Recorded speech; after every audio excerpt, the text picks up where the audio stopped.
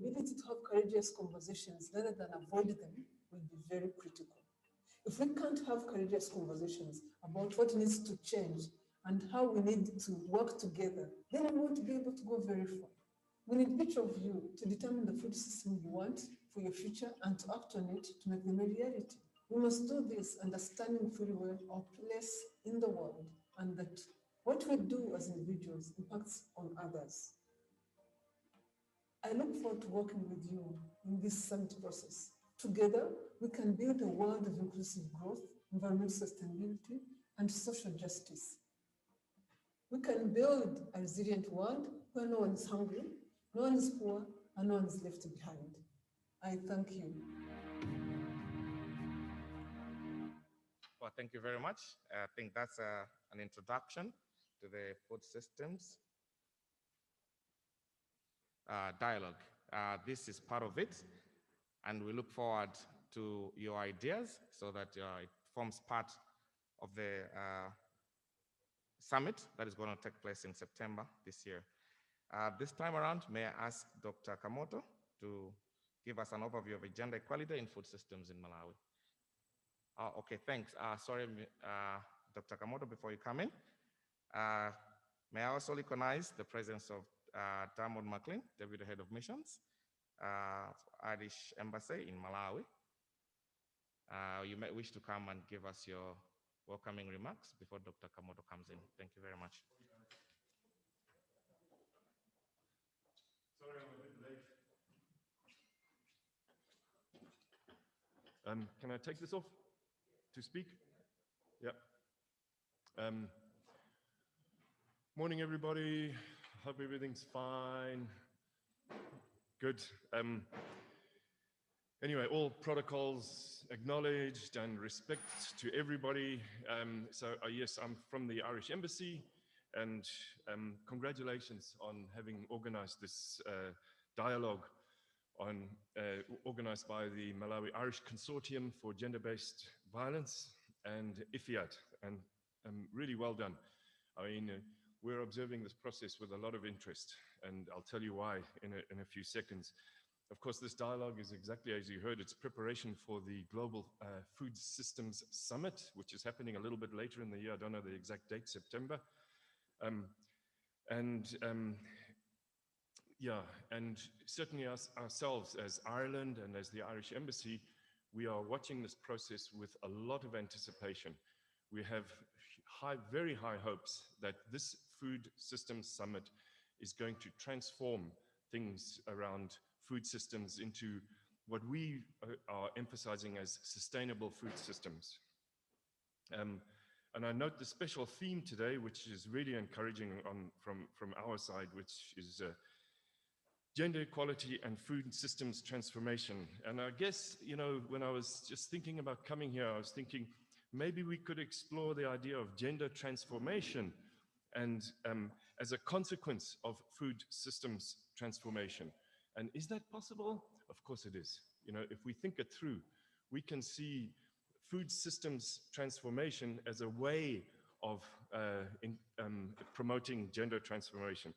Just to talk a little bit about Ireland, we are deeply committed to this poster which is going up. No, I'm only joking, guys. Ireland is deeply committed to both gender transformation and sustainable food systems. And we're very encouraged by this particular event here in Malawi. In fact, Ireland is a front runner, and I think it may be the first or the second country in the world where we have just finalized our agricultural, food and marine strategy, a multi-year agricultural, food and marine strategy. And we've done this using a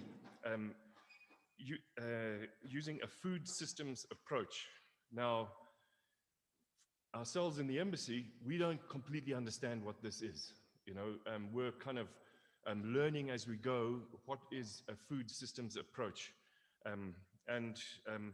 But what we are learning is that it's way more than agriculture.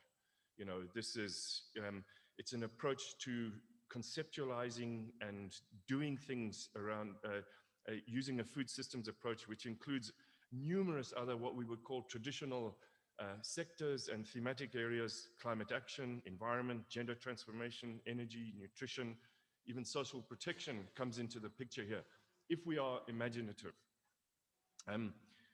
Also, to give you an idea of the kind of commitment that Ireland has made to this whole business of foods systems, is that Ireland has appointed a special global envoy for food systems and food diplomacy. Now, what is food diplomacy? I'm not really sure, but we can talk about it at tea time. But we've appointed a special envoy around the Food Systems Summit, but it will go well beyond that. And it's a special envoy to get involved in taking forward the conclusions of the Food Systems Summit, but also around food diplomacy.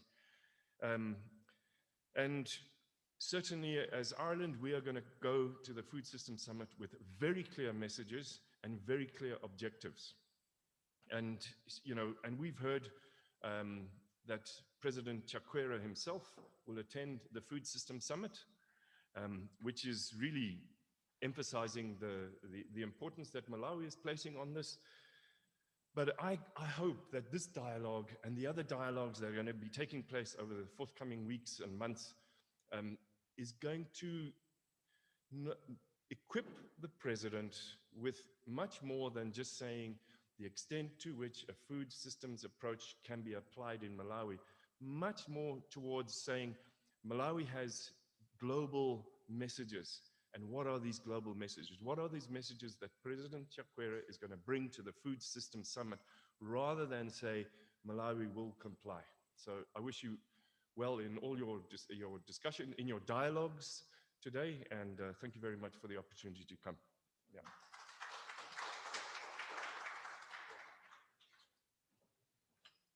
Thank you very much, Damo McLean, for that wonderful speech. At this juncture, may I ask Dr. Kamoto to come forward and make your presentation.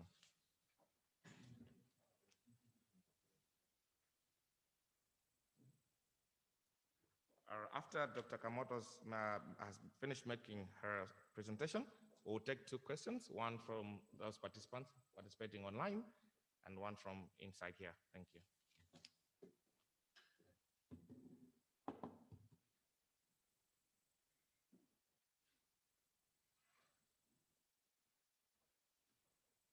Good morning.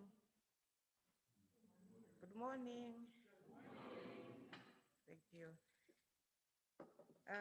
I will make a presentation this morning on gender equality in food systems. And we are looking at progress, challenges, and recommendations that can go along on this topic. My name is Judith Kamoto, as you have heard. I'm from Lilongwe University of Agriculture and Natural Resources.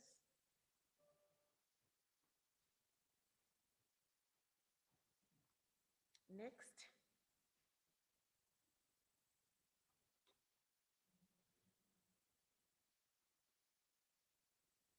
The remote is not responding. Okay. So the title is Gender Equality in Food Systems, but we need to understand what gender equality is. And I'm sure most of you know what gender equality is. It concerns women and men, boys and girls. And it's about bringing change in attitudes, behaviors, roles, and responsibilities at home, in the workplace, and in the community, including the institutions like the state. Equality means more than parity in numbers, as it's stipulated in the laws. It means expanding freedoms and improving overall quality of life so that equality is achieved without sacrificing gains for males or females. I want to underline without sacrificing gains for males or females.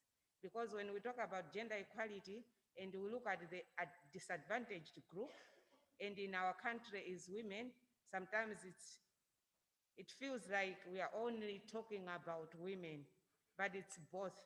We don't want to sacrifice gains made for males or for females. Next. A food system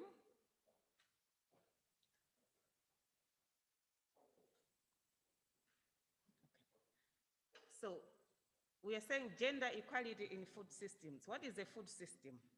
A food system is a system that looks at food from the farm to the table. Not only up to the kitchen, but up to the table. So all elements and activities that relate to production, processing, distribution, preparation, and consumption of food.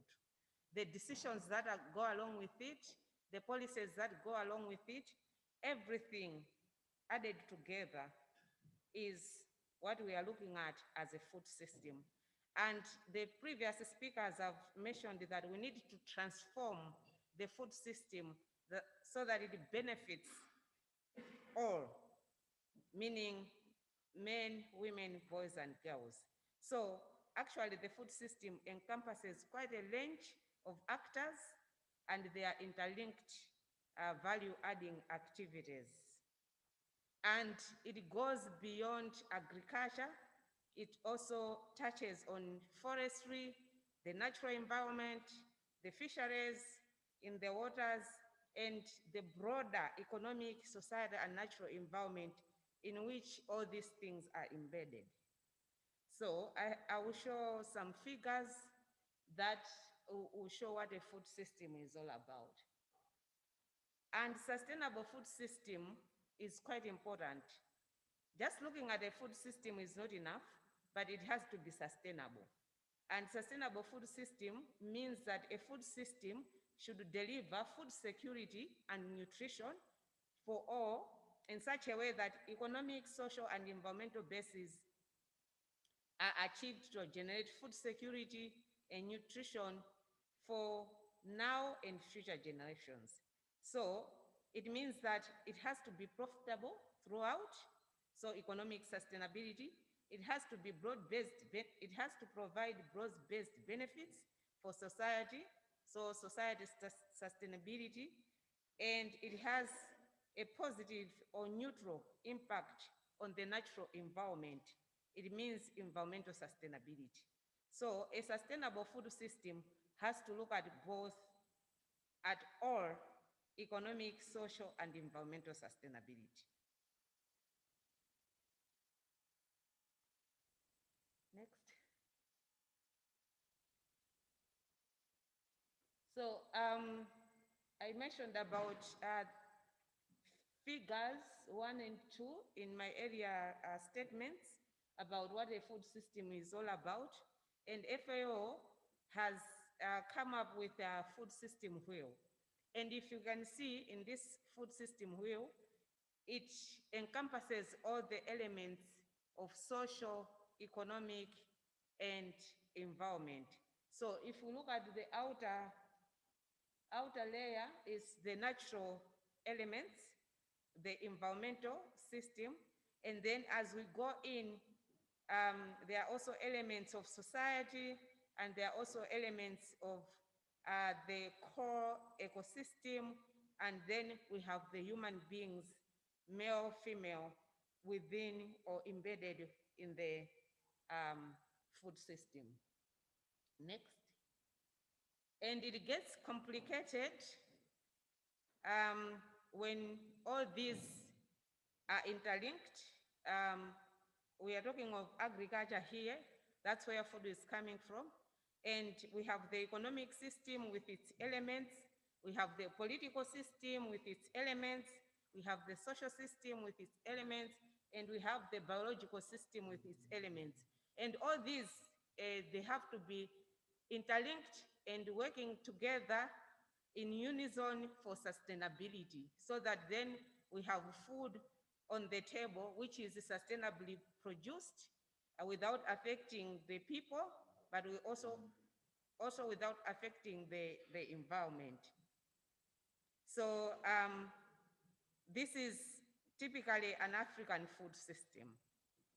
But this typical African food system has to recognize the role of men and women, and that as they produce food, there has to be equality in the way they do work. So what is the food systems approach? Because moving on, the UN decade on food systems is basically looking at this approach, and they are saying that a food systems approach is crucial for effectively addressing the systematic challenges related to food. And for us, we are focusing on gender. And this can greatly benefit practitioners and policymakers to analyze, diagnose, and help decision-making, right from the farm all the way to the table. And the focus on food systems approach moves from a single element, just looking at food production, for example, or just looking at processing. For example, what are women doing in processing the food that has been produced? But it looks at the entire system, from the farm up to the table. The decisions that are made on the table. What are we going to eat today? Who makes those decisions? What are the children going to eat? And what are the men going to eat in the household? All that is part of the food system, and it means we are encompassing the food system approach. Next, and next.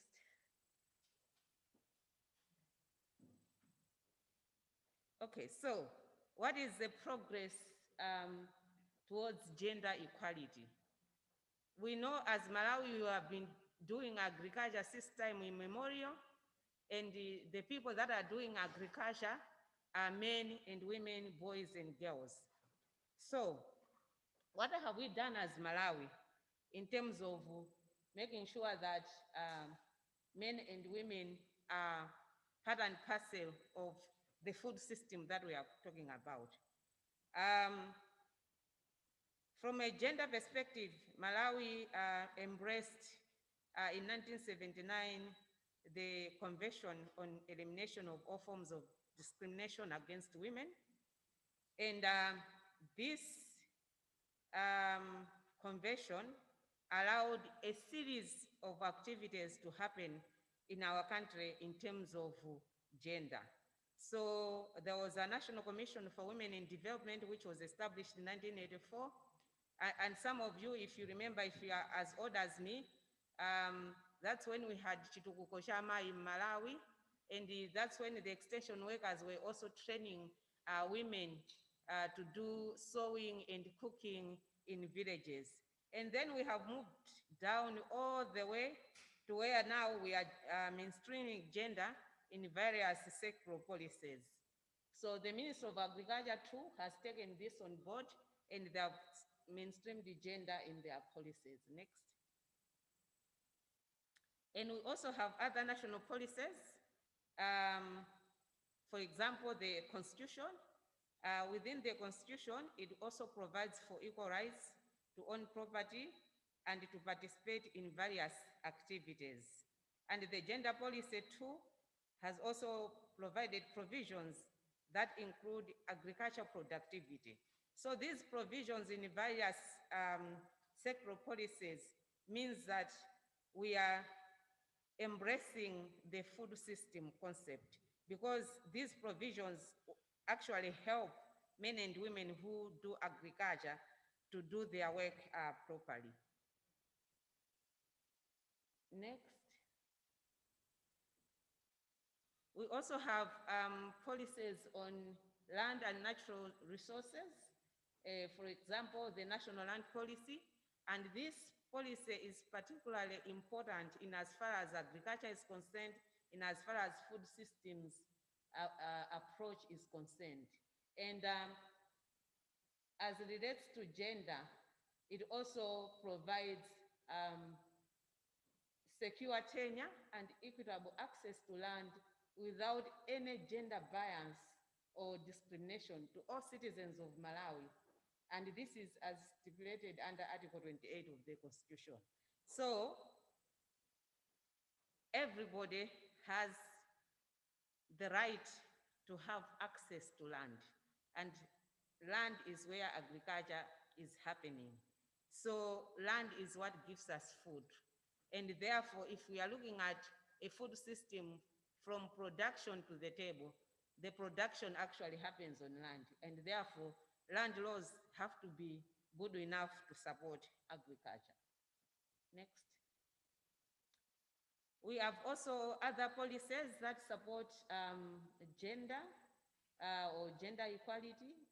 These policies relate to employment, rights in the workplace, include protection from sexual discrimination and sexual harassment, equal wages, and a paid maternity leave, and also that people can have those maternity leaves every 3 years.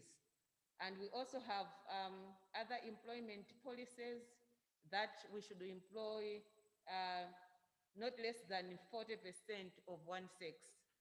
That is 40-60 ratio in terms of employment. And all these policy pronouncements that I've mentioned, they have implications on food systems. Next. So what are the challenges in as far as gender equality in food systems is concerned? I've tried to provide an analysis based on division of labor at the household, but focusing on land issues, also issues of access to and control over resources, and the issue of meaningful participation of women and youth in public spaces. So I'll detail each one of them briefly. So on land issues, studies have shown that in Malawi, because of our patrilineal and matrilineal systems regarding customary ownership and inheritance of land, there is quite a problem. There are challenges in terms of whether men or women can access land for production. And depending on where you are, you might have access, but you don't have ownership over that land, and the decisions that you make on that land to grow different crops will depend on where you are in terms of the systems that we have in the country. And also, our customs and beliefs and our culture affect the way we distribute land. Sometimes upon marriage, people would decide to reside under patrilocal. This happens particularly in the northern part of Malawi, or matrilocal customs. And there's also this belief that in the southern and central parts of Malawi, there are matrilocal customs of marriage. But what is increasingly happening in central and southern Malawi is what is called Shichengwa Women, staying in the husband's home when they are married. And for that reason, then it becomes difficult for women to have access to land. If they were, okay, to have access to land compared to when they would have been under Shikamwini type of residence, where it's in their home and the land is passed through the mother's line and they can access land through their uncles. Although there's still a male figure making decisions on land, but at least they would be considered as is in Shichengwa or patrilocal type of residence. And all that affects how decisions on food production and the subsequent activities are undertaken. Next, on reproductive work, there are also gender inequalities that exist, especially in agriculture. Studies have shown that women are doing most of the domestic activities, and women are time poor in Malawi, and women spend on average 7.7 hours per day on household chores compared to 1.2 hours for men. And Young men dedicate 1 to 10 hours to domestic activities compared only to 7% of adult men. So this already means that women are doing more at the household level. And when it comes to production, they are also the ones that are involved more in those activities. So studies that have been conducted in the country already, they are showing that women are time poor. And if it's not women, it's girls who are time poor. But the men have more leisure time than the women. Next. And that has a consequence on production of food. And in terms of productive work, again, 70% of the labor for small-scale cash cropping in Malawi is provided by women. Compared to men, women mostly work on a part-time basis. And most of the labor that women contribute, whether at home or at the farm, is not considered for payment. So they are working, but they're not being paid. Even when the benefits come out of it, most of the time, the women do not benefit as is required. So there are quite a number of gender inequalities in as far as agriculture is concerned. Next. When we talk about access to and control over resources, the story is the same. This is based on studies that have been done in Malawi.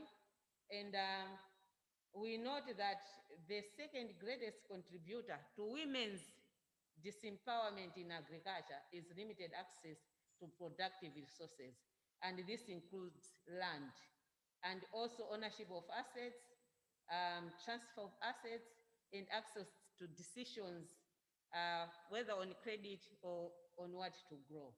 And again, there's also inequalities in terms of educational opportunities between men and women. So education and access to resources, all these are factors that contribute to inequalities and therefore affect the food system. Next. There are also inequalities in terms of land and livestock, again on farm labor. This I've already mentioned about farm labor, and I've also mentioned about land. Next. There's also inequalities in terms of access to income and employment, and the statistics from World Bank speaks to what I've been saying. If we look at male-headed households, for example, 49% of them are estimated to be the national poverty line, below the national poverty line, compared to 57% of the household headed by women. So it shows that women really work hard on their own, and that's why there were those numbers in 2014, but we don't know the situation at the moment. Access to inputs and extension services, again, women are constrained in terms of accessing extension services and other inputs like seeds and fertilizers. And we know that this is the greatest important factor in as far as agriculture production is concerned, because that's where you get information and other inputs for agriculture. Next. The same story about access to credit. Men are the primary borrowers for agricultural loans, while women often use loans to start in an agricultural businesses. Next. There are also issues to do with decision making, where women participate and they have influence or they have power. So we notice that female participation and leadership in government and the community is important in promoting gender equality and in ensuring that there are gender-sensitive policies and programs, and this can transform the food system. However, participation of women is very low, as a study showed that overall Malawian women are about twice as disempowered as women. Next. So Now we are here, we are under the consortium of Malawi Irish gender-based violence. And on gender-based violence, there are so many studies that have taken place, and they are also showing that our GDI is very low, and there are so many issues of sexual harassment, physical harassment, verbal and non-verbal harassment, and abuse that is affecting the way women undertake their activities. And we see that most of the gender-based violence that takes place in agriculture or in food systems relates to close to consumption. When you have done all the work, we have seen the productive work, the reproductive work that women do, and then you have harvested and processed the materials. Now you want to take them to the market. Women in Malawi, they are not that mobile. Most of them, they are sitting at home. So it's the men and the young boys that take the produce to the market, and they are the ones who negotiate. And a woman, when they see, a woman sees this, they try sometimes to steal the produce to sell secretly, and then they attract gender-based violence. A recent study that we just did for a transform project that we are doing at Bunda in Nchinji district and Kasungu, Dowa, Nzimba, and Rumpi. We just finalized this gender analysis study, and it was the idea that they should support women, and women are doing rice production in these districts. But this has resulted in gender-based violence because the women are so empowered, they have the money, but once they sell, then if they don't allow the men to use the money, the men are doing all sorts of things, rape, extramarital affairs, including physical abuse. So gender-based violence is real in agriculture and throughout the food system or the whole value chain. And it's important to be aware of the interventions that we do as projects, whether we are increasing gender-based violence or else we should have ways of minimizing gender-based violence that arise from the interventions that we do. Next. Next. So, to end my presentation, I'll end with a few recommendations. But what I want to say is that when we are talking about gender and gender equality in the food systems or in agriculture, we really need to look at this gender equality continuum. We need to look at what is it that we are doing as projects in terms of the interventions that we are making. Are we reinforcing the gender inequalities? Is our approach exploitative in nature? Are we taking the food system approach in a way that it will be exploitative in nature? Or are we in the middle where we are saying, okay, our activities need to go towards works that doesn't increase inequalities? And when we say transformative, whether it's a food system transformation or gender equality transformation or gender transformation, it means that our activities have to promote critical analysis and change. So when we are looking at gender transformation and linked to food systems, basically we are saying we have a household, and that household is within a community, and in that community, they are working under state laws, and whatever they are producing as food is going also to the market. So there are four elements: the household, the community, the market, and the state. And to transform gender and to transform food systems, it means that there has to be change in the household in terms of our norms, in terms of our cultural beliefs, and that change has to translate into the community. It also has to translate into the market in terms of the laws, the prices that are in the market. But importantly, the state has to change the policies and laws that govern the household, the community, and the market.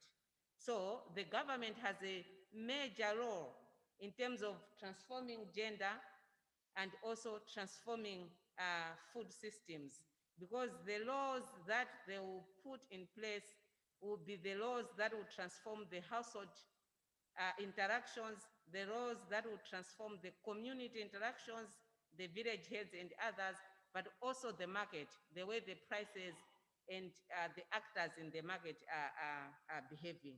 So that will mean that we have transformed gender, but we have also transformed agriculture. And finally, in forms of recommendations, we are saying that budgeting is very important in as far as changing gender inequalities is concerned. And every activity that we do at whatever level, we have to budget for the activities so that we achieve gender equality in programs. And if with that, we can also transform the food system. We need to strengthen our institutions, the policies, and the people, the organizations that are in those. And we also have to focus on land tenure and governance, because agriculture is happening on land. The environment that we are in, everything is on land. And therefore, land is very important in as far as food systems transformation is concerned. And then we have a whole list of recommendations in bullet form, the last slide. And yeah, we need to facilitate women's representation and participation, facilitate women's capacity building, skills building, promote women's only groups, and promote women's networks and federations, and lastly, take advantage of the digital age. And we need to use research findings in as far as transforming gender inequalities in food systems is concerned. Thank you very much.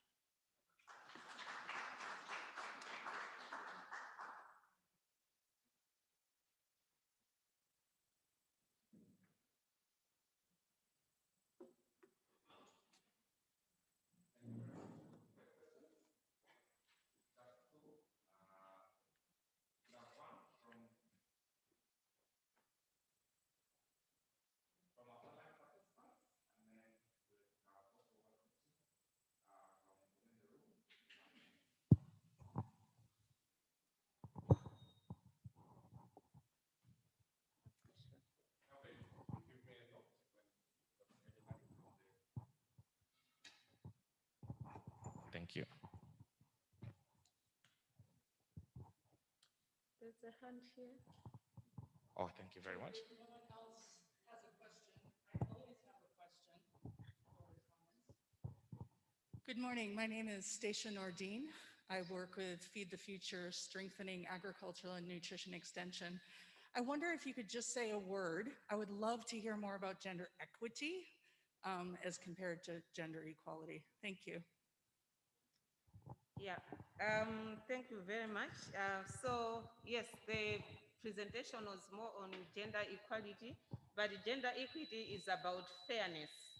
So if there's fairness within a household, for example, if we are talking of agriculture, a woman is married in a patrilineal setup, for example, and they are doing all sorts of agriculture activities. I'm saying patrilineal because our study that we have just had in the northern Malawi, these women, they stay with their mother-in-laws.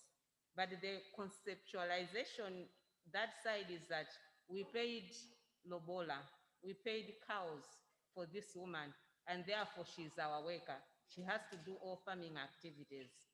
And there was a particular polygamous family where a sister could not give children, and then they took the other sister to marry into that family. But they are all taken as workers, as people who are there to do agriculture. So they have done everything up to the market. They have sold things. But the younger wife was actually saying, I cry for chitenge. You know chitenge? I don't have chitenge, but I have done all the work. So equity, gender equity in that scenario would mean that there is no fairness in this household.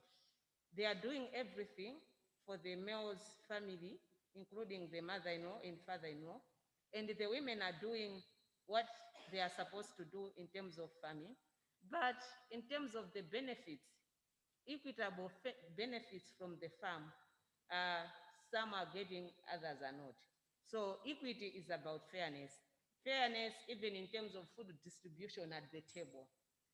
When you have cooked food, even if when you have chickens or you have meat, sometimes they will say, okay, the children will only eat vegetables and the others will eat the nutritious protein food.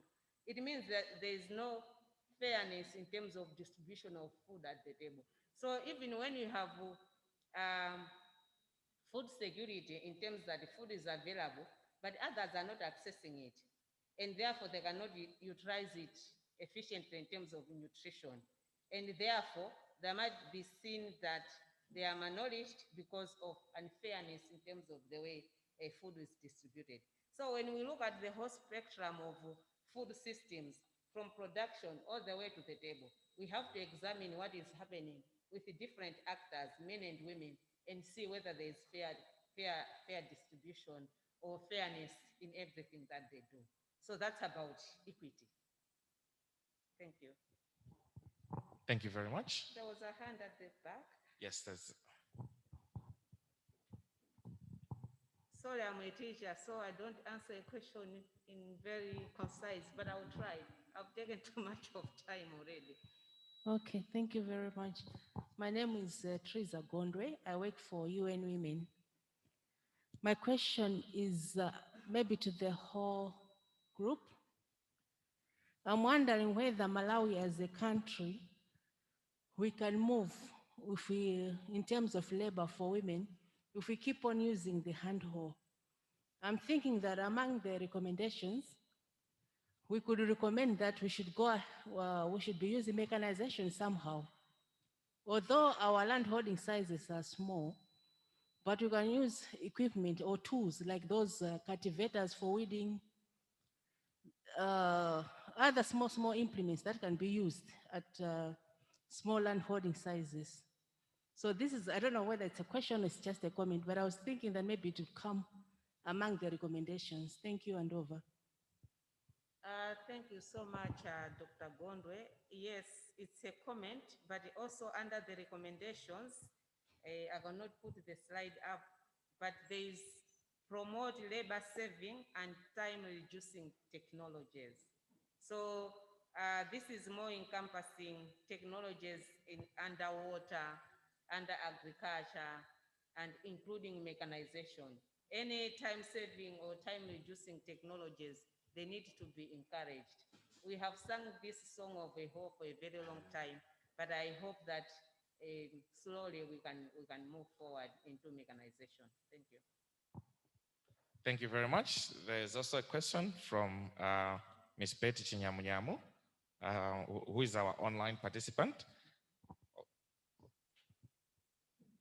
She's saying, thank you for a very good presentation. I wanted to know what the evidence is saying on which interventions are better at addressing the challenges of gender inequality that you have highlighted. Is it interventions that target women only or those that target both groups? Yeah, thank you, Betty, for that question.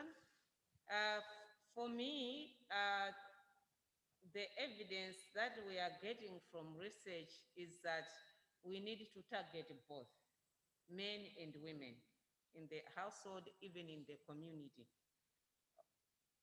So we need to be context specific. Our research on sustainable agriculture intensification 2 years ago, and the papers that we have published, which I'm ready to share with Betty if she needs them, actually indicated that it's not right to take recommendations wholesale, like one size fits all kind of recommendations. It has to be context specific. We did our research in Nchisi and in Zimba and Dedza. And we actually saw that even within Dedza, there were differences. So the way we apply our recommendations for women empowerment, for example, if a community is really beyond redemption as women, we can recommend women empowerment activities, but without leaving their men behind, so that we carry the women along. The example I'm giving in Nchinji, where women are doing rice and doa, women are empowered, but the men are being threatened. So we need to bring the men along where we are promoting issues of women. And if we are doing activities for the household, then we need interventions that take the household along. But it's not good to just do blanket recommendation. We have to be context specific. Thank you. Thank you very much. We take one last question, and this one is from Regina. Regina, she's from Malawi. She says, thank you for the presentation. My question has always been, why are we not seeing more gains for women in the central and southern region, where women have more access to productive assets like land and where inheritance is sought through the mother? Okay. Gender inequalities are cutting across the food systems or the value chain from production to the kitchen. Land is just one factor of production. So you might have land or access to land. And mind you, the women in the central and the southern, as I said, they have access to land through the maternal line, but the final decision maker is still a man, their uncle. So although they have access to land and land as a factor of production, it's just one factor. There are other factors of production, inputs, labor, etc., etc. And all these together, they will produce food, and then once the food is produced and you want to eat or you want to market, when it comes to the market, there are also other challenges of gender inequalities. So we need to look at the whole system, the food system, as we said, and all the actors and all the factors of production. And if each one of them, if we tick the boxes and the boxes are right, then we can come back and look at whether women are still economically not empowered, and then ask a question, why is this the case? But when we only tick the box of land and all the other boxes are not ticked, they are not right, then it means we're missing something in terms of interventions, and therefore we will continue to sing the song of women being disempowered. Thank you very much. Okay. I'll have the last one, very, very last one, because it's in here. Thank you. Thank you very much, moderator, and thank you very much, Judith. I don't have a question, but I just wanted to add on the last point that she was responding on why we don't see much gains for women in the central and the south, where it is perceived that they have the resources. So I want to take you to a study that was conducted by UN Women and the PAY. That study had an interesting finding.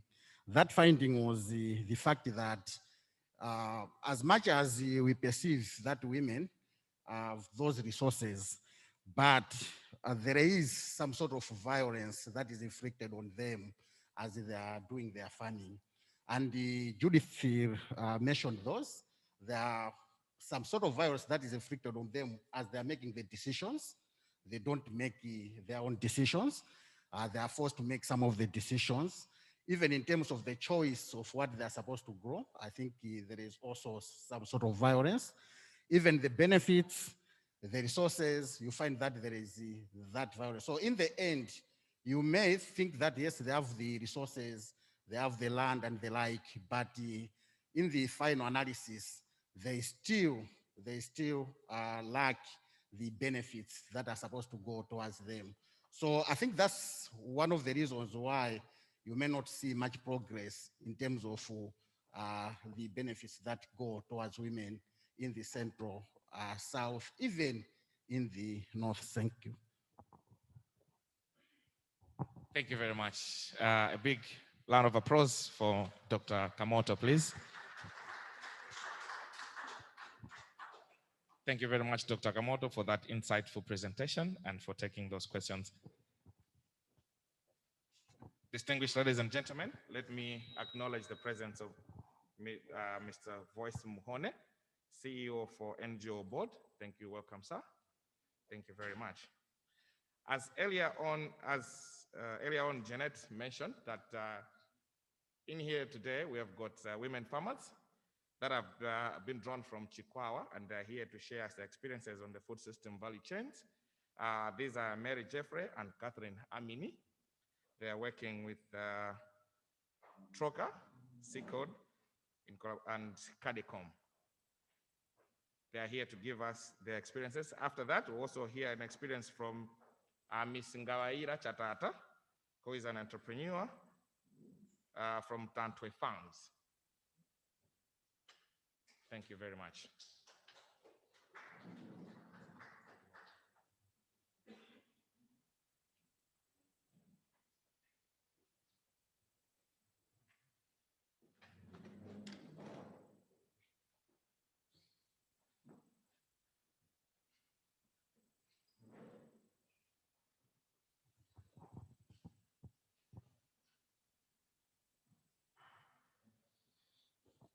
We start with Mary Jeffrey. Thank you.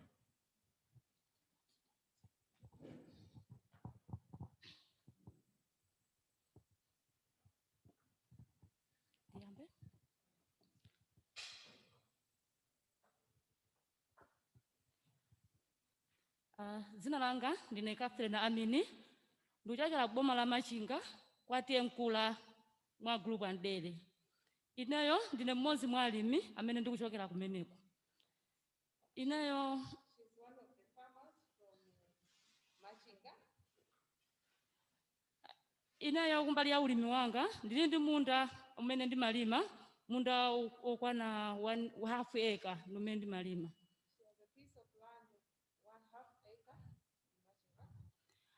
Munda umenewu ndimalima mbewu zosiyana-siyana monga nteza, chimanga na ndolo komanso mbewu za masamba.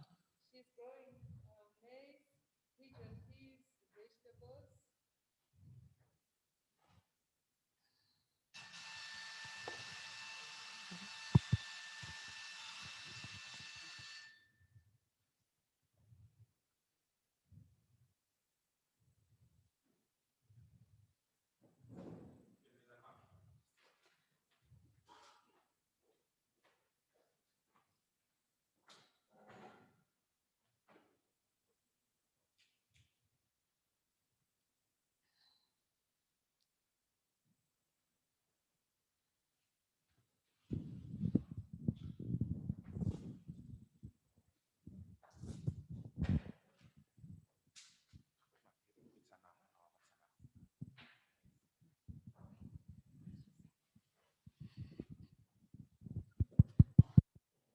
Ulimi wanga umenewu ndimalima ndipo ndimasatira ndondomeko imeneyi yolima mbewu zakasakaniza kochana kuti mbewu zizimandipasa ubwino. So my type of farming is a combination. I grow different types of crops because it has its own advantages. Ndimapanga zimenezi malinga ndi kusintha kwa nyengo kumene kuli masiku ano. I do this because of the current situation of climate change. Mbewu zanga zimenezi ndikalima zikapita kukhomo. Ndimatha kugwiritsa ntchito ngati kumbali ya chakudya komanso zina ndimagulitsa. So I grow this and mostly use it for my household consumption, and part of it I sell. Komanso sitikuti timangodalira ulimi wakhawo ngati wakumunda, komanso ndimaweta ziweto ngati mbuzi. I don't just rely on farming, I also have livestock like goats. Ulimi wa mbuzi umenewu umandithandiza, umandipasa manyowa amene ndimathandizika nawo kumunda kuti ndipeze chokudya chokwanira. The goat farming helps me to get more income and also manure for my farm. Komanso ndimasatira ulimi ngati wanthirira pofuna kuchepesa mavuto a kusintha kwa nyengo. I'm also doing irrigation farming for the same reducing climate change challenges. Moti pano ndikunena pano chimanga ndazala kale komanso nyemba ndazala. So now my field has maize and beans at the moment. Ntchito imeneyi ndimayigwira pamodzi ndi banja langa ndi abambo kunyumba, timagwira tonse pamodzi. For me, I work together with the family and my husband.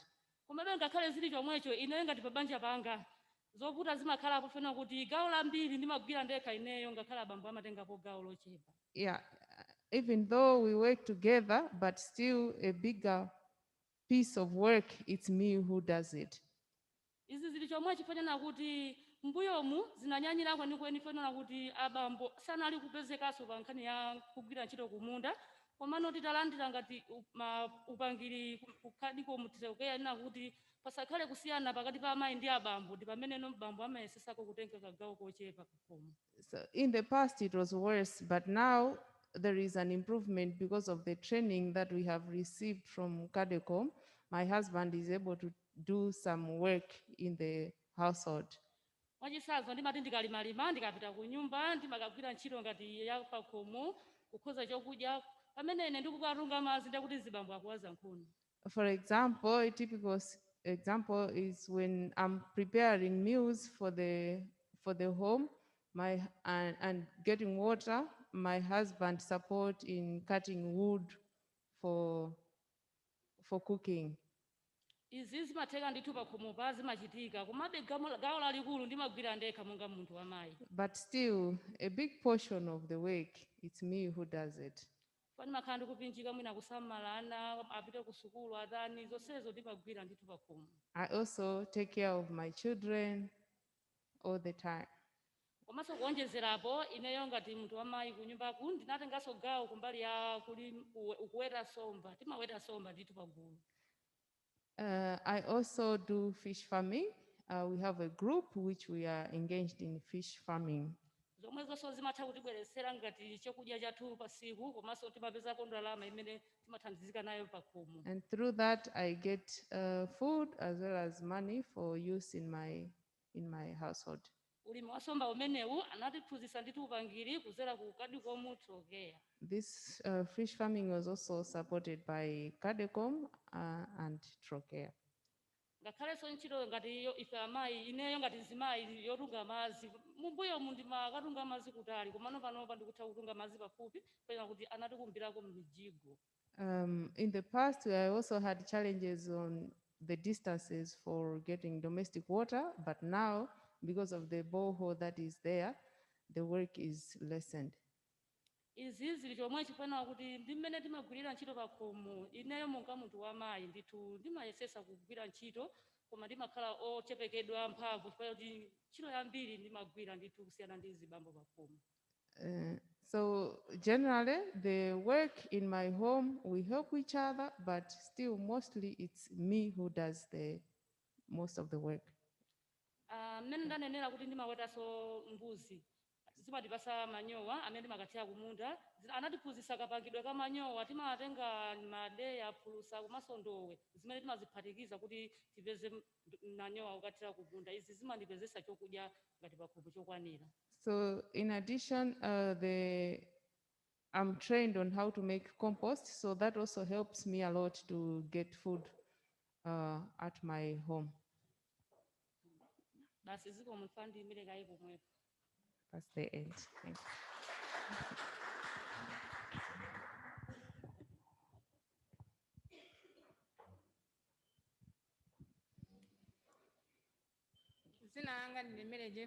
Mary Jeffrey. Tiye mwambo group chaweza village Masuli. Inenso ndi mmodzi wa alimi amene ndimatengapo gawo kumbali ya ulimi. She's also a farmer who is engaged in farming activities. Ndimatengapo gawo ndikakolola zakudya zanga kufika nazo pa khomo. When she harvests the crops from the field to home, Mbuyomu ndimakolola zakudya zochepa ndimalinga ndi mmene munda wanga ulili ndi ochepa. in the past she was harvesting less because her size of the field is small. Komanso zipangiso zoti ndingalime chimanga chokuti ndikolole chokwanira chinali chochepa malingana ndi program yoti timathira fetereza. And she was not having enough inputs and was harvesting generally less in the past. Choncho kuyambira nthawi imene yoyambirira kulima timalima movuta chifukwa timayamba kusosa kuti tigalauze mzere komanso zafike nthawi yozala timatenga mphamvu zambiri kuti timataya mphamvu zambiri kuti tipeze chakudya mu nthawi yoyenerera. She was saying she takes a lot more time to do the land preparation and all the farming activities in the field. Choncho ngati ndizimayi sindimapeza nthawi yopumula pa khomo kuti ndisamalire ana komanso tipeze chakudya choti chikwanire chaka chonse zinali zovuta. Ndimapeza kuti chakudya chathu chimathera pa nsewu kupezanso kuti kumakalima ganyu kumapeza chakudya kuti ana athandizikire pa nyumba. And generally she was not able to get enough produce for the whole year, and mostly you would run out of food in the course of the year. Izinso zimapereka chiopsezo kwa abambo moti banja silimakhazikika malingana kuti chakudya chikachepa pa khomo bambo kuti naye akayang'ane ganyu kuganyu konse kutali kunyanja amakapezeka kuti akwatira komweko inenso kumavutika pa khomo ndi ana. And she has, because of the shortage of food, sometimes the husband would go look for piecework, and wherever she's going to look for the piecework, he would get married to another woman there. Komabe panova But now ndiyosanga kwambiri chifukwa choti upangiri umene atiphunzitsa athiokea kuphatikiza pakati komu watipangisa kuti zinthu zina pa khomo pathu ziziyenda bwino ngati banja langa panopa ndilosangalala. she's saying she's much happier now because of the training that she has received and able to do things differently. Chifukwa ngakhale munda wanga uli ochepa anatiphunzitsa kulima mbewu zakasakaniza mmene anenera anzangawo. Even though my field is small, but because of the integration of different crops, I'm able to do and get something. Choncho timalima mbewu zakasakaniza mmene ayankhulira anzangawa. Izi zimatithandiza kuti chokolola chathu chimakhala chochuluka ndimalingana kuti timakolola zinthu zosiyana-siyana m'mundamo. So growing different types of crops helps me to get more and much better than before. Kuphatikizaso apo anatiphunzitsanso kulima ulimi wa mbatata umene m'mbuyomu timangolima kuti ni mbatata yongophika basi ndikumadya osayembekezera kuti muliso upangiri wina umene ungatithandizikire kuseva chakudya chathu kuchaka chonse. I'm also able to grow sweet potatoes. I'm also able to grow sweet potatoes, which is now different from the way I used to do in the past. And it helps me to save food because of growing the sweet potatoes. Panopa kumbali ya chakudya sitivutika kwenikweni. Ndoti timazikwanisa paine ndekha kupeza chakudya chokwanira pa nyumba panga ndi ana anga ndipo ndili banja losangalala panopa. So for now, she's able to grow food and enough for the family. And she's much happier now. Anzathu amenewa anatiphunzitsa kuti mwa ife tokha muli upangiri oti titha kukwanirisa zokudya za magulu 6 pamene m'mbuyomu timangoyembekezera kuti amene amakwanisa kudya zokudya za magulu 6 ndi anthu oti amapeza ndalama. I used to think that those who are able to afford the 6 food groups are those who have money, but now I'm also able to grow the crops and get the 6 food groups. Choncho ifeyo timalima ndiwo za masamba zimenenso timaphatikizira zokudya za ana athu ndimatenga na ndolo kuphatikiza soya kuphatikiza ndi chimanga kukagwesa kupanga ana phala mmawa limenenso limathandizikira ana athu kukhala athanzi. So now, like in the morning for food for the children, I'm able to mix pigeon peas, soya beans, and maize to make porridge for the children. Mumaso timachola masamba ambatata amene timatcha ngati kholowa timatenga ndikuwirisa madzi kutenga masamba takuyika m'madzimo ndikupanga juwisi amene anathu amamwa juwisi ameneyo kuwathandizikiranso mthupi mwawo pamene mbuyo musitikaziwa kuti titha kupanga masamba ambatatawa kupanga chokumwa cha anathu choti atha kuthandizikira pa khomo. In addition, we are now able to make juice from sweet potato leaves, while in the past we were not able to do that, but now we are able to give our children more nutritious food. Amene tatenga juwisi ameneyi timakuma mbatata yapasiyo ndikuyisenda ndikuyiphika ndikukazinga mafuta ndomati okuthira anathu kumamwera juwisi ameneyi choncho timakhala kuti tasevanso chokudya chimene tinganawononga masana chokusana ndi nsima. Because of this, we are able to, the sweet potato juice and the sweet potato itself helps us to give our children and helps us to save, because in the past we used to rely on maize. Kutengeranso mbatata amweyi timatha kumpasa kumunda kuja kubwera kuzamuponda muntondo kutenga mulingo wa mbatatayo kutenganso mulingo wa chimanga kukagayisa kubwera kuzapanga nthobwa anathu kuwaphikira phala nthobwa limeneli ndikumamwaso ndikumasangalaso pa khomo. So the children are happy and they are able to, because they are able to make different recipes from the sweet potatoes in addition to what she just mentioned there. Izi zinamangisa njira ina yoti mabanja athu panopa ali osangalala komanso osinthika chifukwa titayamba kukwanirisa kuti paife tokha tili ndi upangiri woti ana athu amba kusinthika amba kukhala nzeru komanso chokudya sachisowa komanso chokudya chimene timakolola ndi choti chikutikwanirira kukolola komanso kutiseva kuti chikumatisunthbe ndithu kulekana ndi mbuyo mmene timavutikira. So because of the knowledge that I have now, I'm able to save, we are able to have food, and we are much happier in the family. Kutengeranso ndi kumunda kumene timalima panopa ulimionso ndioti timapuma panopa mmene takolola zokolola zathu tinaphunzira kulima mmene oti kungokhaza mauzu ndikuwasiya mmenemo panopa tikungodikira kuti tizakumbe maenje titenge manyowa athu tikathire kumunda. Bajeti ya fertilizer ndioti mutu musa inachoka chifukwa kuti upangiri oti tingapeze fertilizer unatha koma ndi mmene azathu anatithandizikira panopanso sitidankhawa kupeza fertilizer. So because of the new learning, she's able to take a break from the farming activities. Like right now, the field, they are involved in conservation farming, and she's able to grow crops without the need to apply fertilizer because of the knowledge that she has gained, and it helps her to take a break from the farming activities.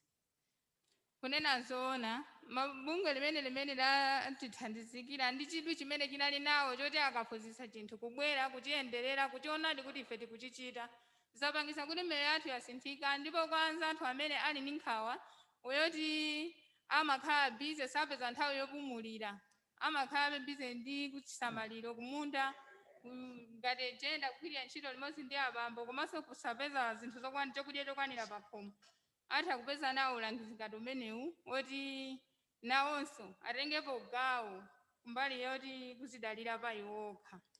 So she's very happy with the training and the support that she has received, and because of the efforts of the organization, she was able to apply the learning, and would like to extend the same message to those that are not able to be able to apply what they have learned.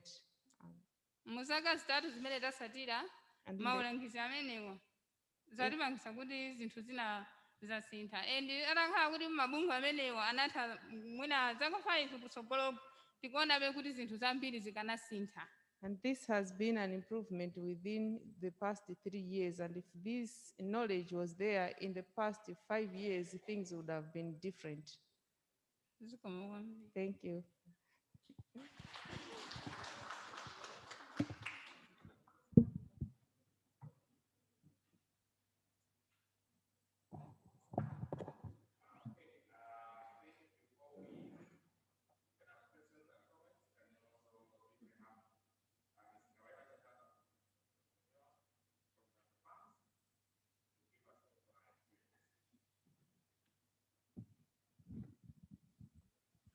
Good morning. I had prepared a PowerPoint, but just to thank you, the organizers, for inviting me to share from experience as well as my thoughts on how women can be involved in the food system in a way that it benefits them. And listening to the conversations in the morning, I feel I'm in the right place. Also because I'm a social scientist, so the topics that we are discussing are so much of a sociological aspect. Yeah. My name is Ngawira Shatata. Next. I'll touch on the introduction, what drove us to start what we're doing, and then women and youth participation in food systems as we see it, key challenges, and then what needs to happen. And I'll conclude. Next. So in terms of what we are doing as Tantwe, we are a Malawian private enterprise. We started our operations around 2013. What inspired us, the vision that we wanted to see is a Malawi that is able to grow and export high value products, but at the same time, we were so much driven on input substitution because we saw that Malawi was importing most of its food. And from a farm, we have grown into an agribusiness hub where we're incubating youth and women businesses, basically hand-holding them and giving them skills on how to manage their businesses. Also, we process locally grown produce into shelf-ready products such as hibiscus tea. I have some products there that I brought, hibiscus tea bags, ginger tea bags. We are also making jam juices and other products. We promote climate smart technologies such as greenhouses. Next. So in agreement with the previous presenters, we see that women are so much involved in the food system itself. They are involved as growers or farmers, food handlers, processors, distributors, consumers, as well as input suppliers. Next. I think already Judith Kamoto touched so much on that, so I don't want to dwell on that. But then the question is, how are they participating? Is it an effective participation? You see that the challenge is that women are mostly in the low-paying parts of the value chain. Listening to my colleagues here, already you see that it's mostly about subsistence. So sustaining their household, what do they eat? It's not about the next step, which is growth. For me, I believe that if Malawi is going to move, we need to get the women to the next level, beyond just sustaining their households. Also, women have no control on high value crops. I work with women like at their level, smallholder farmers.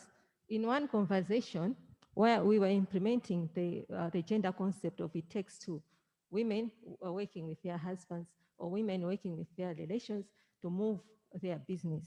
What came out very clearly is that they are actually female and male crops. So a woman is allowed to sell a little bit of groundnut, but they cannot make a decision on selling tobacco. Why? Because tobacco has high value. They are allowed to sell a little bit of the soya, but they cannot sell a bag of soya because the bag of soya, the moment it becomes more, it's male. The moment it's in a basin, it's female. So those are some of the issues that we have to deal with as we work with them. There's also basically poor perception on the nutritional value of locally grown produce. I was glad to hear about how they have transformed their perception on things like kolowa, making juice out of that. That's what we need if we're going to move.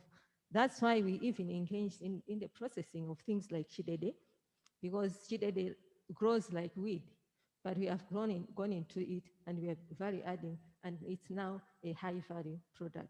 So if Malawi is going to move, we need to tap into what is locally available, appreciate it, and do some real value adding so that we can move. There's also the whole issue of access to financing. This was also touched very much by Judith, and it's the big elephant in the room. Even when the women have access to finance, are they making the decisions? There's also prohibitive policies which are not inclusive of women. Sometimes it's all about when a woman is accessing a loan, how are they having, who is approving? And like even in the banks, you find that they're still checking them as to who is behind it. Then one size fits all approach. Yeah, we need to realize that women are in different categories. And as such, there is no one size fit all policy or system that can support them. So we need to address their needs as with their situation. Like in my case, I'm a woman farmer, yes, but I'm at the level of agro-processing. The decisions that we have to make at that level are different when we are talking about subsistence. Next, please.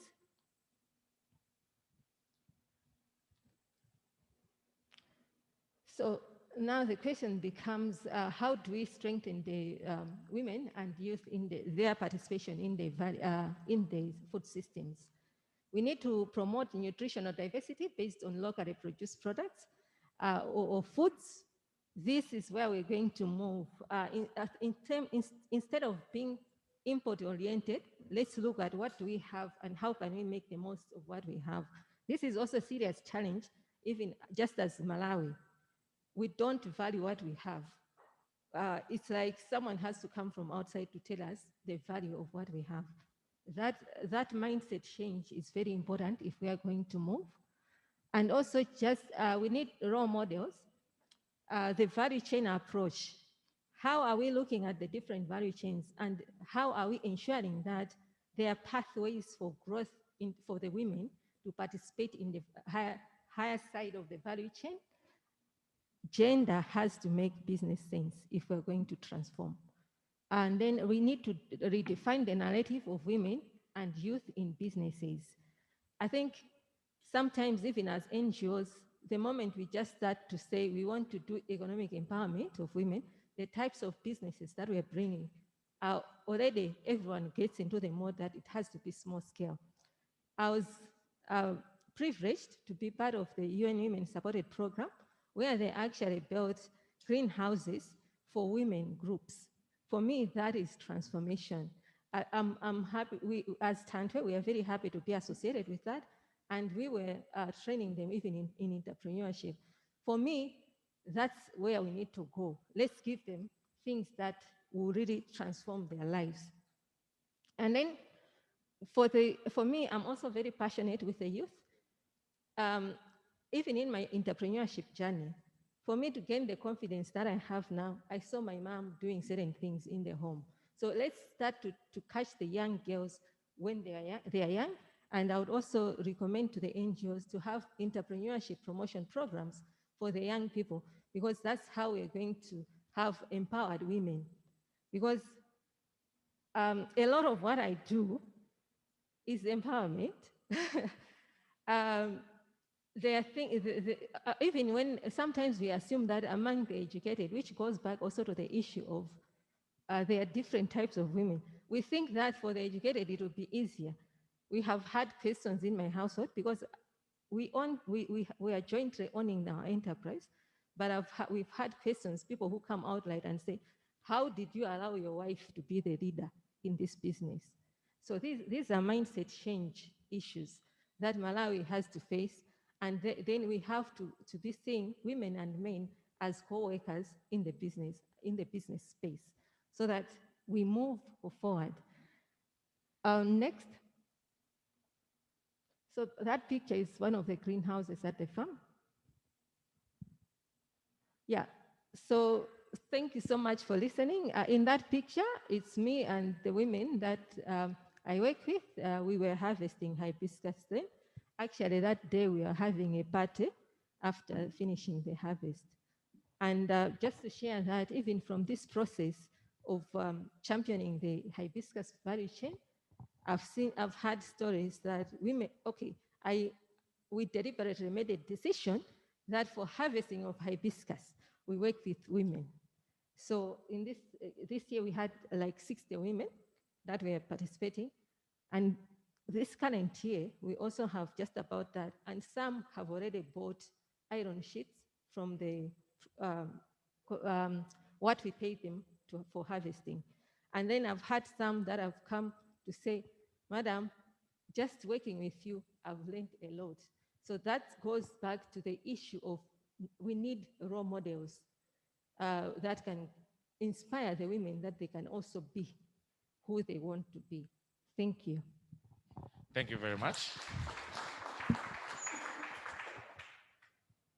And as I said earlier on, we can have now 3 sets of questions from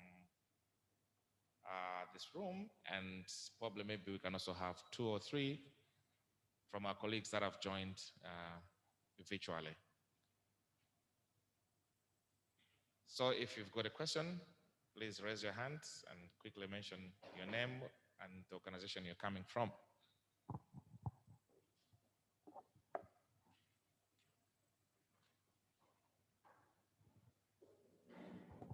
Thank you for the presentation. Interested in this fact that it is important to promote locally available food or crops like, for example, Luni or Malathas, Bonongwe. You know, the other day I was reading literature. They say that the young generation do not like indigenous vegetables because they say their taste buds are very sharp as compared to, you know, the older people like us, and they don't like, you know, local vegetables. But I think what you have said is that let us teach our children to, you know, eat locally available vegetables. What is important is not just the taste, but what you get from the vegetables, the nutrition or the nutrients. I think that would be very important. And the other challenge I've noticed or discovered is that we don't have the seed of the locally available or local vegetables. You go to most of the shops, they don't have. For example, the Amanathas, the Bonongwe, the Luni. You see, this is a challenge. So I think I would recommend that we propagate or we produce a seed of these important local vegetables. Thank you. Thank you very much for that comment. Do you have any other?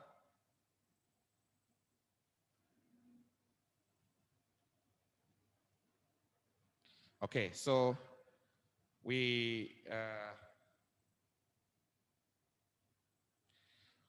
have a question from Livingston, who has joined us online. The question is, catch them when young. While I support it, wouldn't it be conflict of child labor principles, rights, especially in this era? It's going to you, Ngawaira. My question is, are you allowing your child to eat? If yes, if they are eating, they have to learn how to sustain that eating. Because if you're not going to involve, to help them understand how to produce food, how are you going to sustain their ability to eat, to access food? So giving our children basic skills, survival skills, is not child labor. I'm not saying that you leave the farm for the children to be handling all time, but show them how things are done so that later they can also sustain themselves. Thank you very much. And there's a comment from Bete Chinyamunyamu. She says, great presentation from all the 3 female farmers. You are all an inspiration to so many female farmers out there. Ngawa, you are an excellent role model. Keep on empowering more women on your farm, and indeed value addition. And value addition is indeed key. And there's another question coming from Chikondi Chafuta from Malawi. She says, on cooperatives for the value chain, Where are we missing it? It seems some cooperatives have become not operational, especially for other aspects of value chain, even with production, let alone the less processing plant. Most women would want to be in cooperatives, but the environment to support them.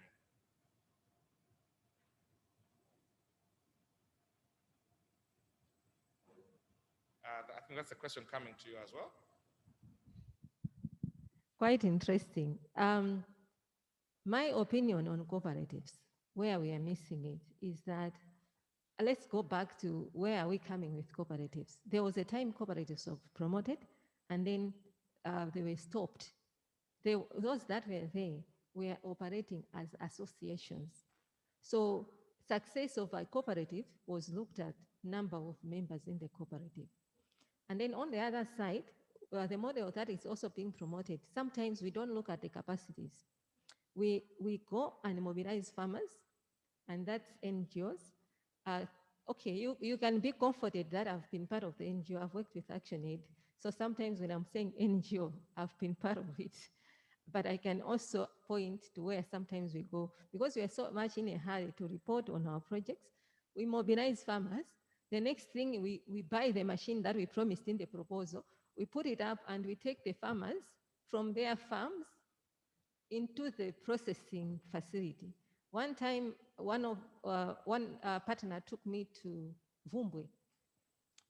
We just had a trade fair at BICC the previous week. They brought their hibiscus juice, and we were buying, and other products. So the next week I traveled to Vumbwe to see where they are processing. I was so disappointed because issues of food safety were not there.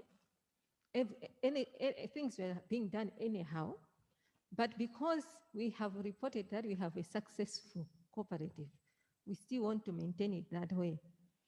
I would think we need to categorize. A production cooperative should be production cooperative because those are farmers. A processing cooperative has to have people that have competence to understand standards, because the issue of standards is procedural, and you have to have some competence to understand it. So let's have a value chain. I'm a processor. I'll work with the farmers.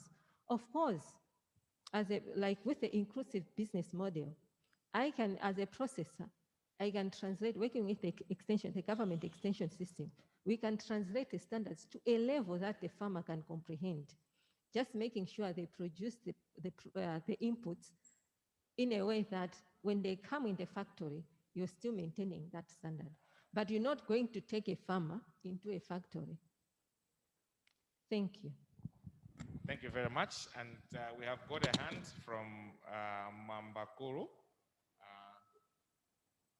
Can we connect him, please?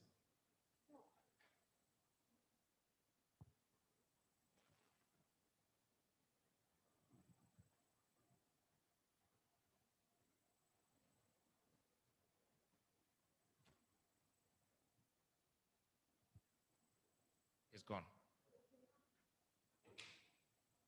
Hello? He can speak? He can speak now? Oh, okay, fine. So yes, yeah, you can ask. Mambakulu, if you can hear me, please.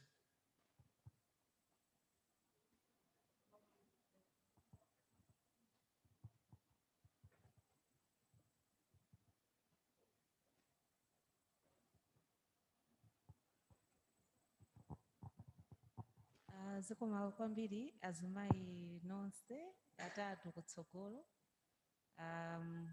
pa ntchito za ulimi zimene mukuchita zosangalatsa.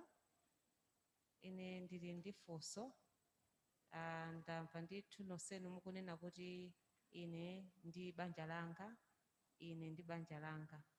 Ndiye pabwera mafunso osiyanasiyana okhudzana kuti kodi m'banjamo zimayenda bwanji mzimayi akhala kuti ali patsogolo ndi chitukuko cha ulimi.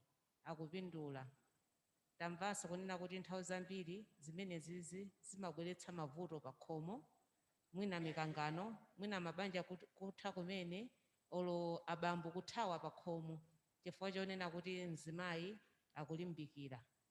Ndiye ndimafuna ndimve ochokera kwa azimayi nonsenu kuti kodi nkhani imeneyi mukuti nayo bwanji ndipo kumudziko olo kumene mwachokerako azimayi ena mmalimbikitsa bwanji kuti asafowoke pa nkhani ya ulimi potengera kuti iwo ndi azimayi zikomo. Thank you.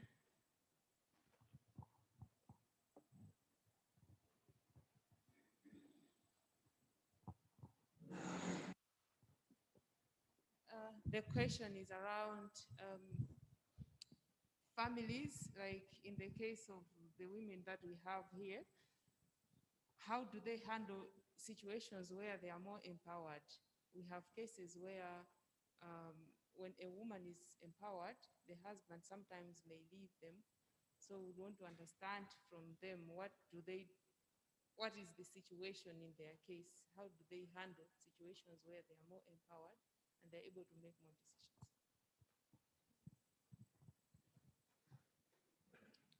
Kumbali ya ife azimayi ngati pakagwidwa katu kantchito pakati pa abambo ndi amayi mavuto amene wawa timakumana nawo komabe timalimbikisana kunena kuti mzimayi akuyenera kukhala munthu wolimbika kwambiri pakhomo chifukwa chonena kuti ndiye khayo amene amayang'ana banja lonse pakhomo paja. The challenges are real and they do happen, and she still believes that a woman should be strong enough to work. Ngakhale kuti mphamvu za mzimayi ndi zibambo zimakhala zosiyana kuti zibambo ndi amene amakhala ngati akusogola komabe kutengera ndi ntchito za pakhomo amene zimakhalira mzimayi ndi amene amakhala kuphinjika kwambiri pakhomo. Chifukwa ichichi timalimbikisana kunena kuti tikuyenera kukhala anthu olimbika kwambiri kuti ana asavutike ndi njala. Most of the cases, the man is the one who is above, but it still requires a woman to be more vigilant, to work much harder to make ends meet in the home. Amene tanenera kale kuti mzibambo osakhala okhazikika kwambiri pakhomo iye amakhala okonda kuyendayenda mzimayi ndi amene amakhala kuyang'anira ana onse pakhomo paja. As already said, the husband is mostly on the move, not always settled in the home. The woman is the one who is available at the household. Ichi timalimbikisana chifukwa chonena kuti tinalandira upangiro onena kuti pasakhale kusiyana pakati pa abambo ndi amayi pakagwidwa kathu kantchito timagwira ndi 50-50.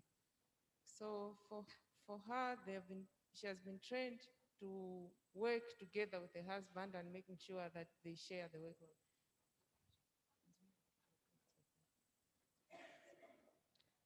Mzimayi akakhala kuti wasogola zinthu zimatha kuchita bwinoko pang'ono komano zibambo ndi amene amakhala kuti iyeyo akakhala kuti akusogola zibambo uja mzimayi amakhala kuti mphamvu alibe chifukwa choti zibambo wasogola.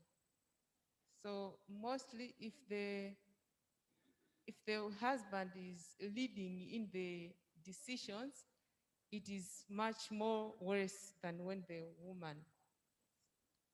Chifukwa chonena kuti zibambo wasogola pamene zibambo amazichallenge kuti iyeyo ndi zibambo ndi amene ayenera kukhala ndi malamulo onse pakhomo komano zimatengera ifeyo kuti ayi si choncho komabe tonse tikuyenda kukhala kuti tidaliridwe pakhomo paja kumbali ya kagwidwa kathu kantchito.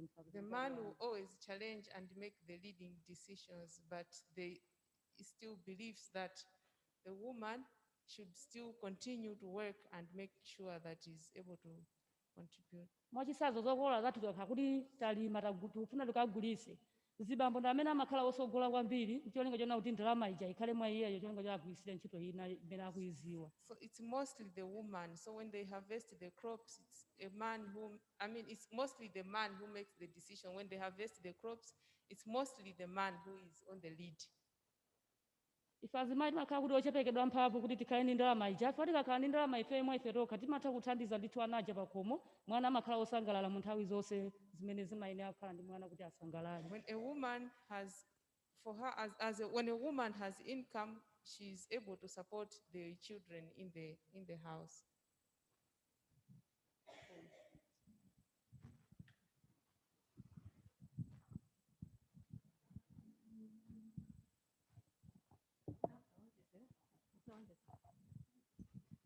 For me, this is a very fundamental issue. We need to redefine the marriage, and then it's not who has power, who has and who doesn't.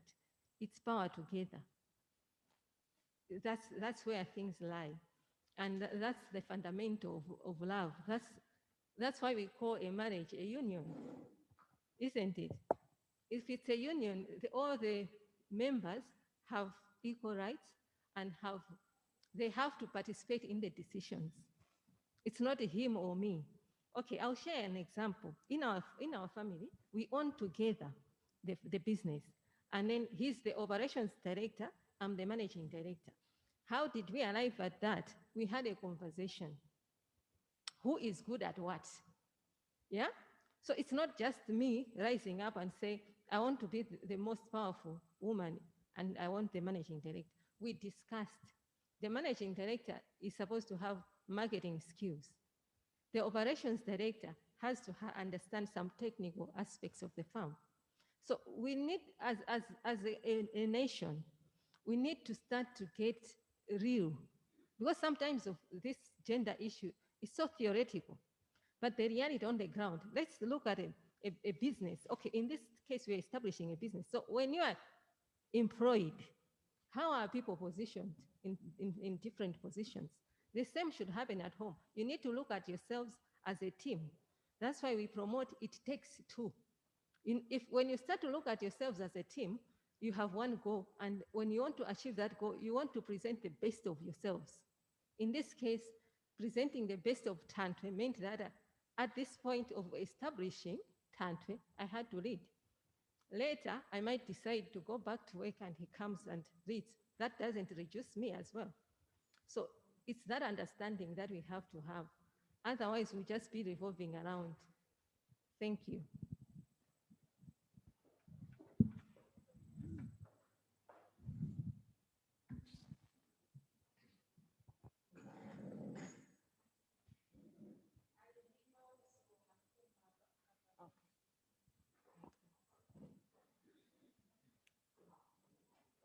mongonyezera as indeli bambo akakhala kuti mzimayi akusogola pakhomo bambo di amakwiya kapena simatha kuyambisa zinthu zina. It's true, when a woman is leading, sometimes a man might not always be happy. Izi zimatengera kusamvesesana m'banjamo. And this is mostly because of not understanding each other in the family. Koma popanga maboga mumafunika kuti no iweyo mkazi uzigonjabe pamamunayo kumuuza be madongosolo kuti ngati kuli kunyozera azinyozera yekha komabe muzipangira limodzi dongosolo. But this requires the woman to take the lead and explaining to the husband so that you reach an agreement. Osati kuzichallenge ngati kuti iwe ndi wamphamvu kwambiri m'banjamo. Not necessarily challenging like you are more powerful in the family. Koma ungokhala ngati kuthandizana. Just helping each other. Izi zimene zimapangisa kuti m'banjamo simungakhale mabokoso mtendere kuti akukhala m'banjamo. And in that way, you can work together and there cannot be conflicts in the family. Izi ndi chifukwa ndikusimikizira kuti mbuyo muti mavutika koma panopa tili ndi mtendere chifukwa choti m'banjamo mukuyenda bwino ngakhale ife azimayi tikusogola kupanga zinthu zapakhomo zimene tikuzipeza mosavuta koma. Yeah, like this is the case. Like for her, it was the same in the past, but now there is a change. Even though she makes income. Koma ndizoti tisanachite chinthu timatha kukambirana kaye ndi abambo. And before making the decisions, she discusses with the husband. Ndi chifukwa choti abambo akukhazikika pakhomo. And that is why the men are still there. Ndikuona kuti zinthu zasintha. And there is a change. Izi zimapangisa kuti zibambo yonso abweze maganizo ndi kukhazikika pakhomo. And it also helps the husband to think wise and be positive to the family. Izi zimapangisanso kuti mbamboyo ngati wabwerera ndikuona chidwi chimene chili ndi mayi pakhomo ndi pamene pakuyendera. Banja lonse liyamba kugwira ntchito mosasiyana ndi kuti muziyendera limodzi. And this helps the husband to see what the woman is doing and adjusting and also learning from her.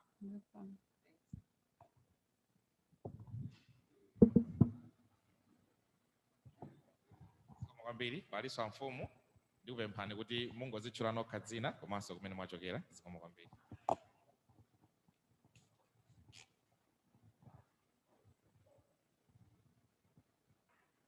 Zikomo kwambiri. Ine ndine Biton Jason ndachokera ku Mulanje.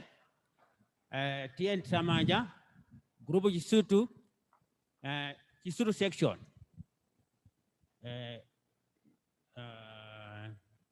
Ineo ndi mmodzi wa gender.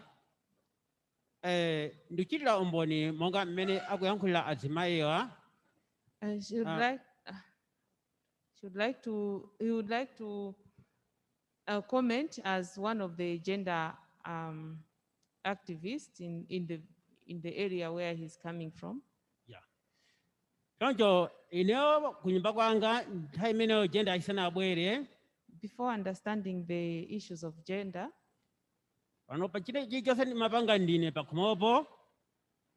he was making all the almost everything in the household. Ndiye chitukuko pakhomo chimabwerera mmoyo chifukwa choti china chilichonse chimayang'ana ine ndekha ndiye inenso ndimazichita challenge chifukwa choti mayiyo samatenga kombali. And it was hard because he was responsible for everything. And the woman was not taking major actions. Ndiye kubwera kwa mabungwe osakuzana kuti pakhale gender pakati pa kusasiyana kwa amayi ndi abambo. The coming in of NGOs supporting gender equality. Tikupanga zinthu pomogwirizana pamodzi amayi ndi abambo timapangana nyumbamo chofuna kuchita. He's able to discuss with the wife and to decide what they want to do. Chifukwa cha kubwera kwa kulima beta yatiphunzitsa zambiri kuchokera mu gender ndiye panopa khomo langa lasinthika kusiyana ndi mmene linali poyamba. He's able to see the difference now compared to how his family was in the past because of the messages that he's getting now. Panopa kumbali ya ulimi wathu kupita pasogolo chifukwa cha gender imene ili pasogolo. And the farming activities are better now because of the messages on gender. Zambiri zinali zovuta pakhomo panga panopa ndili ndi ziweto ndili ndi zipangizo zosiyana-siyana zokhudzana za ulimi chifukwa cha gender imene yamangika mkati mwa nyumba mwathu. His family is now better. He has livestock and he's able to do the farming activities much better now because of the messages on gender. Choncho ngakhale kudera kumene ndikuchokera ine anthu ena akutengako chitsanzo pamene likuonekera khomo langa amene anali oti gender nayo kutali lero lino ayambanso kuyizindikira gender chifukwa cha khomo langa amene likuonekera. And now he is a model to the village, and some of his members are able to see him as a model and copying from what he's doing. Choncho ndingane zoti nkhani ya gender panopa ili pasogolo dera lathuli panopa palibe chovuta ena ambiri amene amabwerera mbuyo nawonso ali nawo limodzi dziko. So now it's better. Those who are behind are now able to move forward because of the messages on gender. A big hand, please. Thank you very much, ladies, for the presentations and for answering those questions. You may wish to go back and resume your seats. Thank you very much. At this moment, we'll go for a healthy break. But before that, we'll have a short video on climate change and food systems. After the short video, we'll have a group photo. I would ask all those who have joined us virtually to please switch on their videos so that you can be part of the group photo. But before that, may I ask Kelvin to give us a video on climate change and food systems. Thank you very much.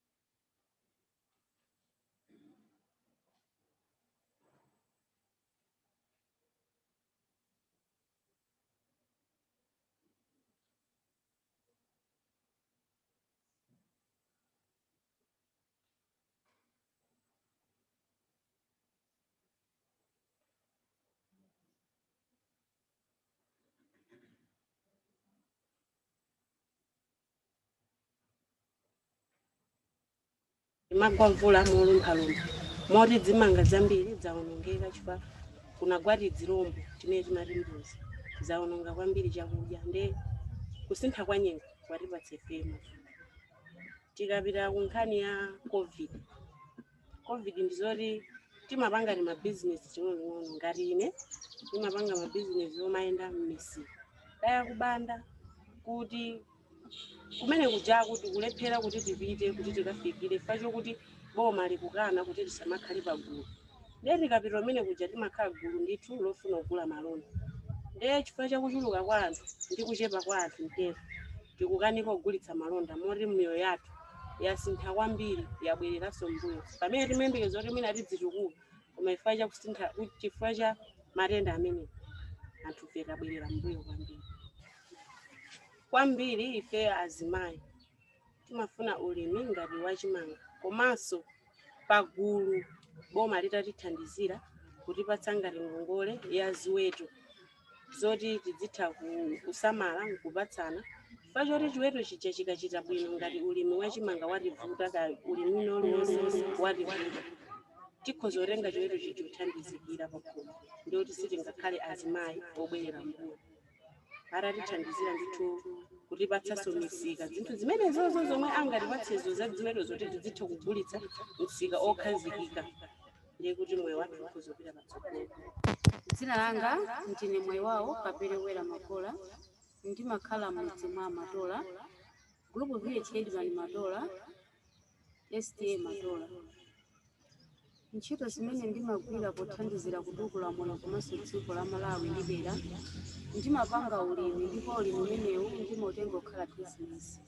Ulimi umene ndimapanga ulimi usiyanasiyana pali ulimi wa mbewu komanso ulimi wa ziweto pali ulimi wa mvula komanso ulimi wa nthirira umene timalima nthawi ya chilimo komanso ndimapanga mabizinesi ng'ono kuphatikizapo mabackyard garden amene ndimadzala mbewu za masamba zimenezo zimandithandizira kupeza kandalama kamene kamathandizira moyo wa tsiku ndi tsiku komanso kutukula dziko komanso ndalama zimenezo zimandithandizira kukasungitsa ku banki kumene timasungitsa komanso kubweretsana ndalama kuti tithandizire pamoyo wathu wa tsiku ndi tsiku kutukula makomo athu dera lathu komanso dziko lathu.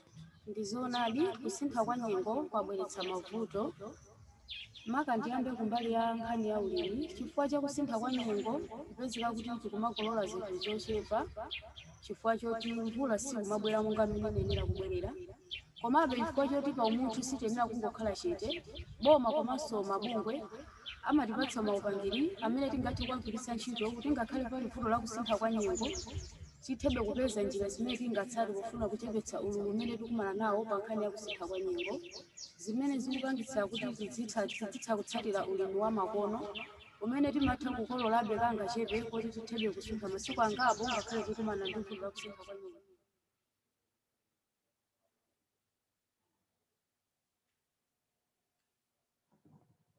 Okay, so thank you very much. Distinguished ladies and gentlemen, at this point in time, and may we all go out for a group photo and then we'll go for a healthy break as well.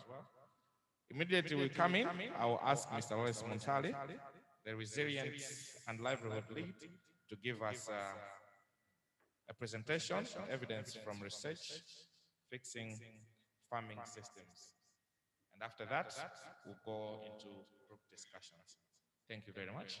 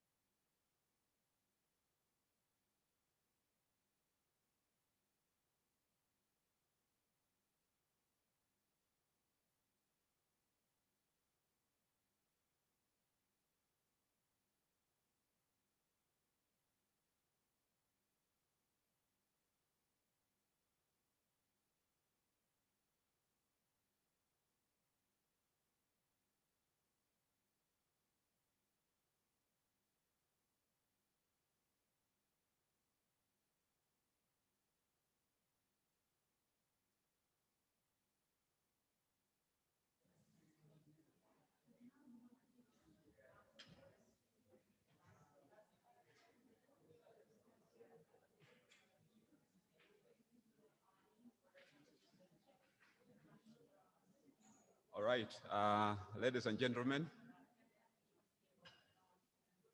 can we get started?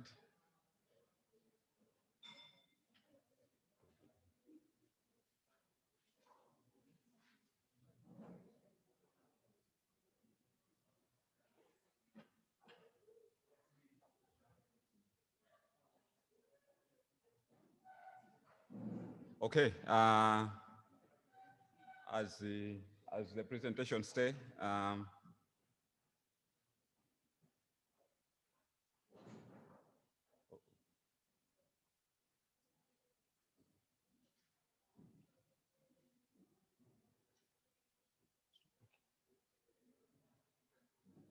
so my presentation is on fixing farming systems, and then my presentation today is based on several papers which have been published by Troquet, and the links to the studies will be shared in the last slide.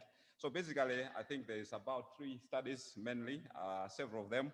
One is on gender and agriculture in Troquet, and the other one is on a policy paper on food and democracy, and then there's another one on the real producers of seed. Now, as you know, Troquet is one of the lead agencies, which is leading at development research on how farming systems can be transformed through agroecology and addressing gender inequalities. So my presentation is divided into 2 strands. One is looking at food systems, and the second part will be looking at gender. Now, the first one is just an overview of the challenges which are facing agriculture systems currently. So there's 3 interrelated ones. There is the social component, the economic component, and then the environmental component. Now, under the social component, it is very strange, I think. Okay.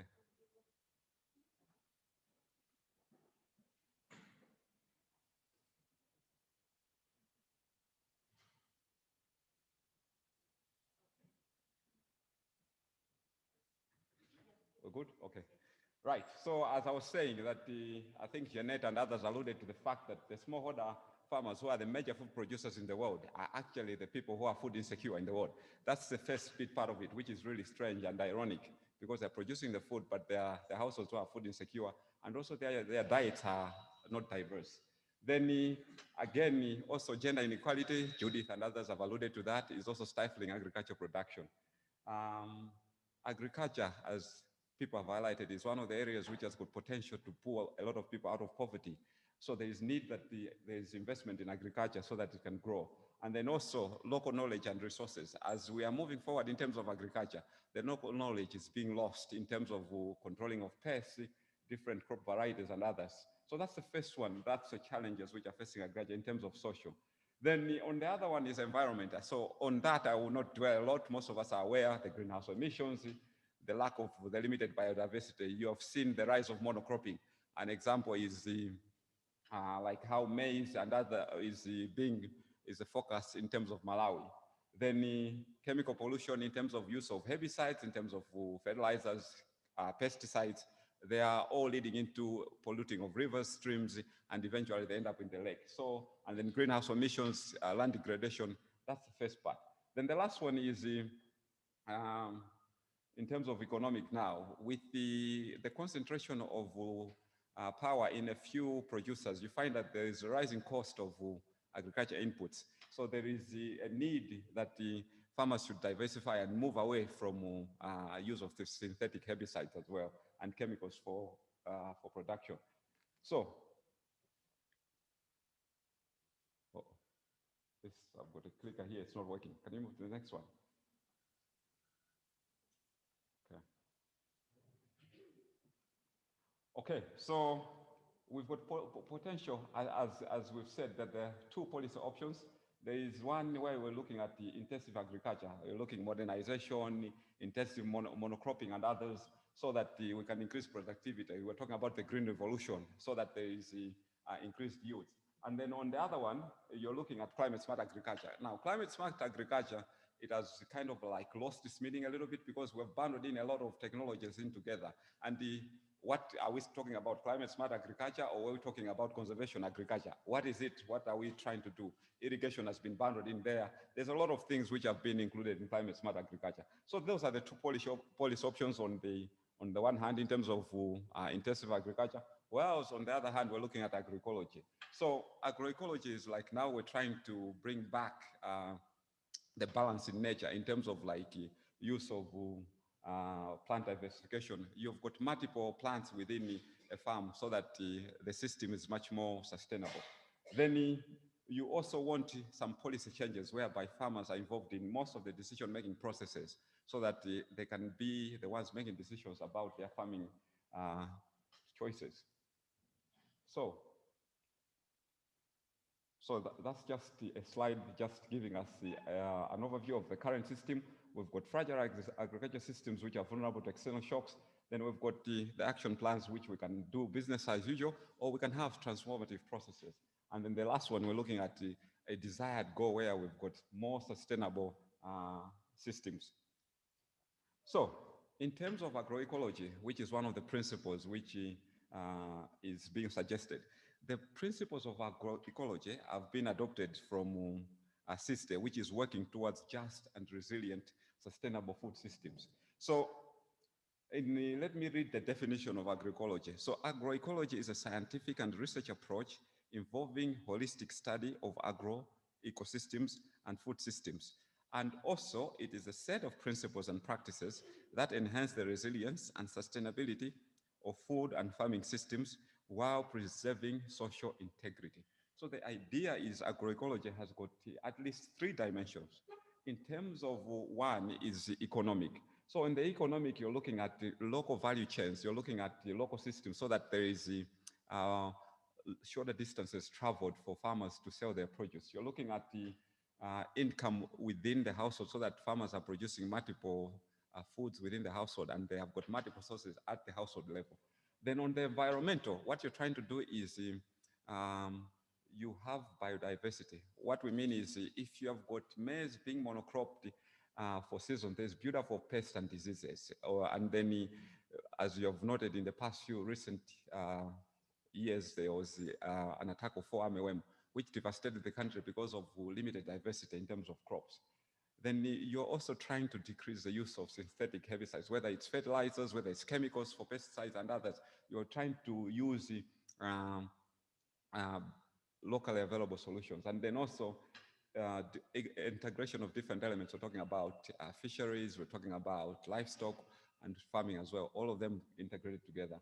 And then also it's contributing towards the supporting resilience. Then on the political side, you're trying to look at the now political systems which are accountable and which start at the grassroots level and they're feeding into the national systems whereby the people who are actually affected by the decision, they are the ones making the decision. And the producers and the consumers of food are actually involved in decision-making processes so that they contribute. And also you've got the policies, like now we're debating on the seed policy and it's still one of the areas which is still a challenge. And then the last one is the social culture. So we're trying to build now the farmer-to-farmer exchanges so that farmers can exchange knowledge within. There is a lot of knowledge which has been lost because it hasn't been documented and also because it hasn't been shared. There is need that we need to document this knowledge and share it. The other point on the agroecological principles is that it allows us to have healthy diets. There was a comment earlier on from Cure which said that there are certain vegetables and others which have been lost and there's need to go back. When I was growing up in Malawi, there was yams and now yams are practically have disappeared in the country. This is because the diversity is being lost. But I think the research need to go back and promote some of these. And then also the agroecology is also part of like enabling women to participate in food systems as well. So I'll move to,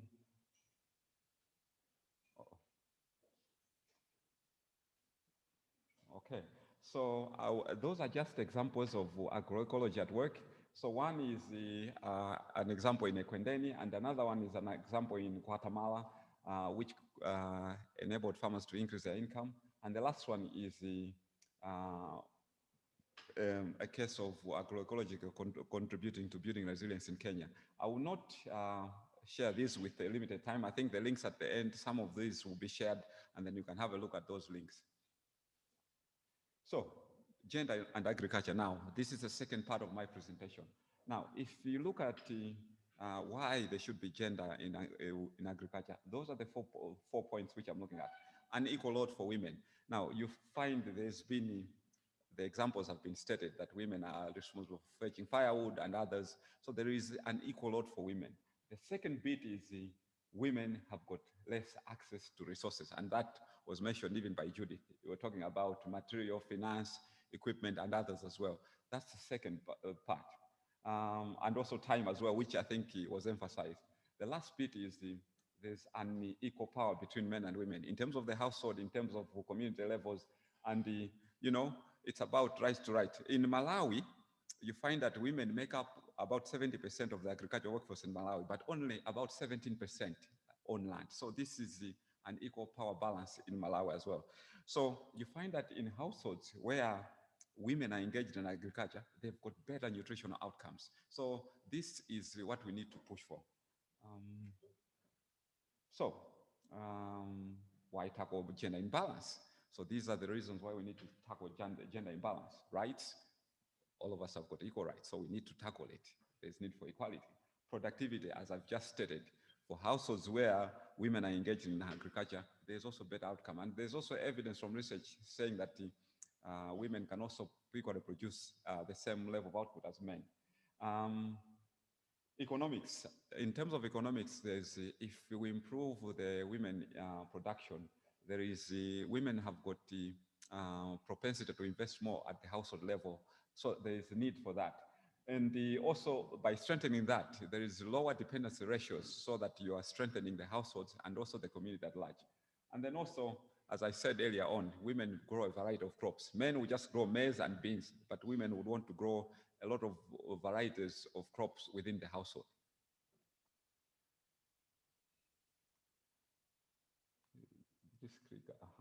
So I have a few suggestions here on how to address gender imbalance in agriculture.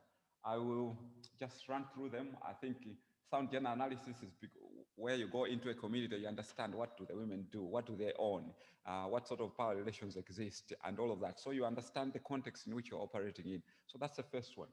Then you cannot have a single intervention to, like, there's no single magic bullet which will address all the gender inequalities. There will be several inequalities.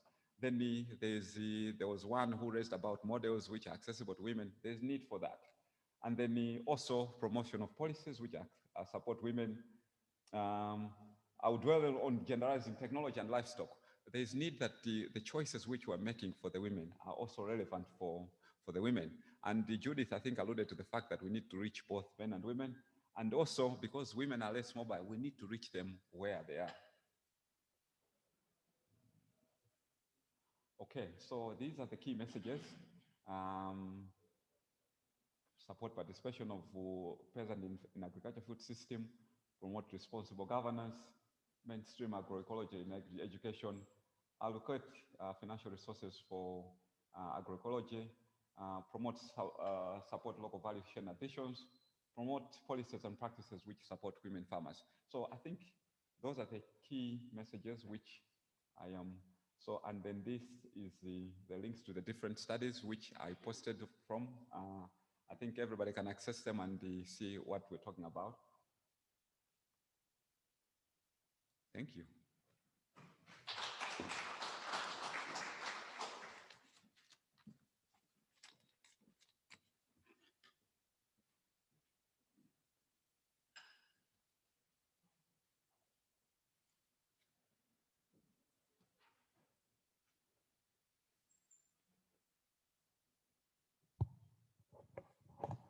Thank you very much, Lawrence. At this point, we'll take questions. We might have just two from our colleagues who are online and two from here in the interest of time, because then we'll have to break out into groups to do our discussions.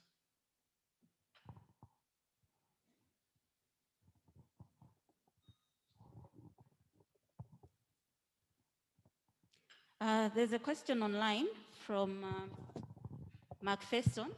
It says, how do we define agroecology in a language that farmers can understand and relate with? What practices are at a local level that entail agroecology? Huh. Thank you. On the language, I'm not too sure whether what sort of language you can use at the local level, but it's close to mixed farming. But in terms of like the practices already, I think there's elements in which in certain areas you've got multiple crops which are planted. So you've got maize, which is undersown by a legume, and then there'll be other crops which will be planted in there already. So there is already some sort of like move towards promoting diversity within the farming systems in Malawi. Instead of monocropping, you're having different crops planted within the same, and what you're trying to do is to make use of the nutrients in the soils at different levels, so that you're not exhausting the same minerals in the soil. So there is some of that already happening at the local level.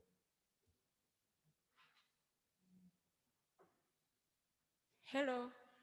Can you please give some examples on the models that are accessible to women and that have proved to be successful so far in your interventions? Do you have any examples on the models?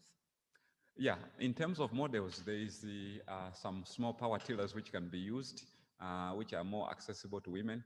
In my studies previously, in terms of hose, also there are certain hose which are like the same one we use, but they're modified slightly, the longer one, the longer types. But in terms of other models, I think that I haven't done a lot of, so I wouldn't have an intelligent response right now.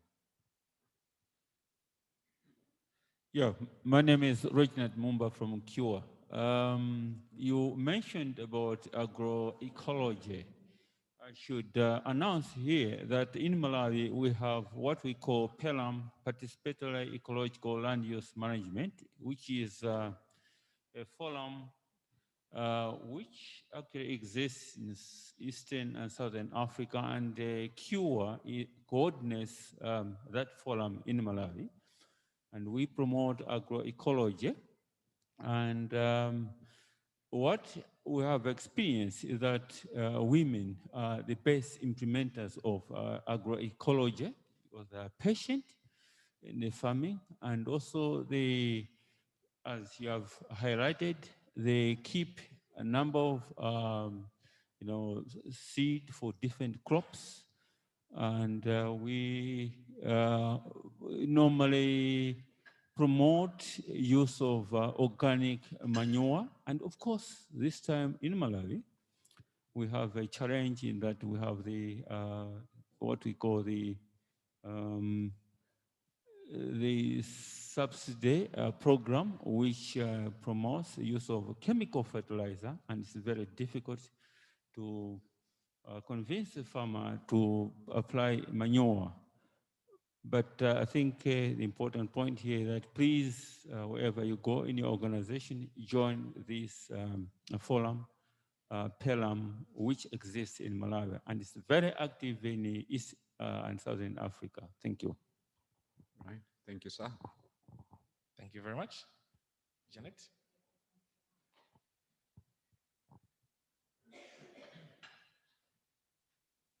I think that's all. All right. Thank you very much. All right. Thank you. Thanks. Big hand, please, for Lawrence.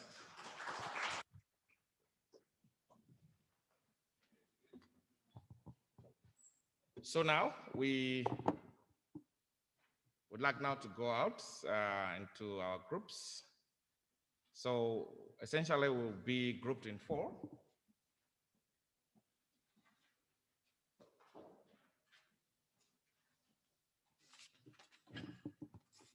So how we're going to do it? We're going to do it by raise of hands. Counts 1 to 4. That's how we're going to be in our groups. So we start. Tiambile hapa mkweza mkono 1 indino. By raise of your hands. 1, 2. Here.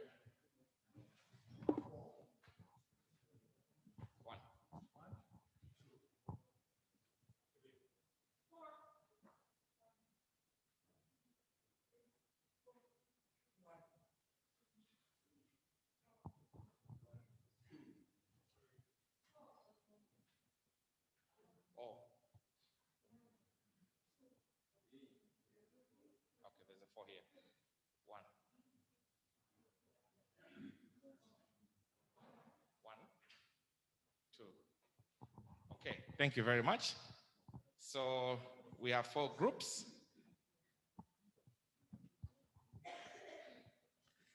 So group 1 is going to be led by Oxfam. Do we have a representative from Oxfam? Yes, you lead in group 1. Group 2 is going to be led by Concern. We have? Oh, thank you. And group 3, Troca. And group 4, Self-Help Africa. Self-Help Africa? Pauline, are you? Thank you very much. And those of us attending online, they've also been sent out into the breakout rooms. Is it done already? Okay. And the leaders in those groups have also been notified? Thank you very much. Okay, so we have 45 minutes for this exercise. 45 is too long?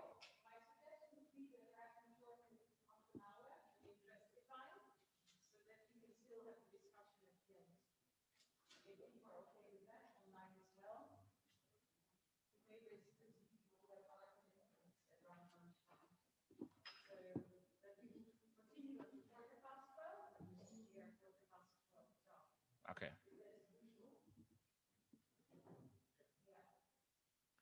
Okay, fine. So we'll break out for 30 minutes. We'll go into our groups for 30 minutes. So those online, group 1 is being led by Dakar Bashir, group 2, Patrice, group 3, Kano, and group 4, Boniface. So 30 minutes starts now. Thank you.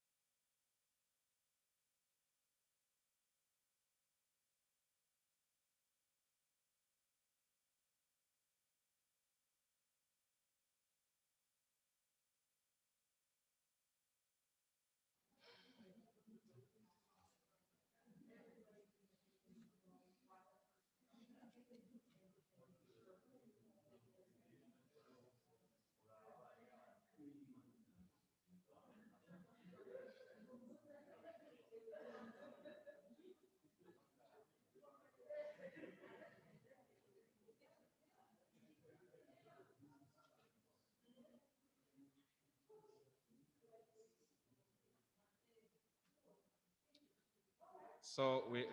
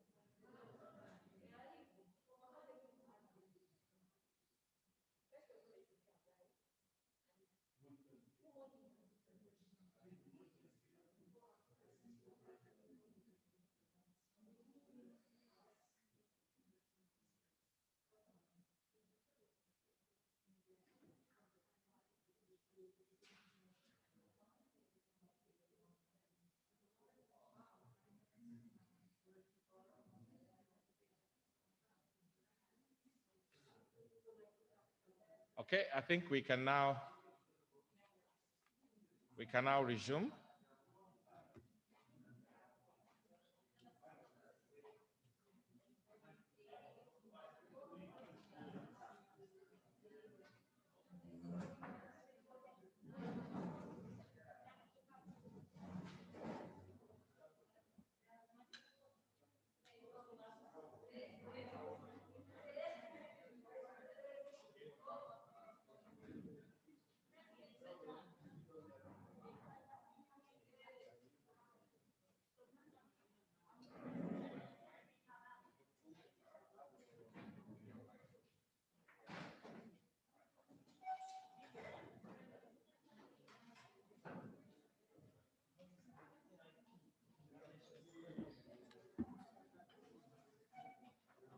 All right,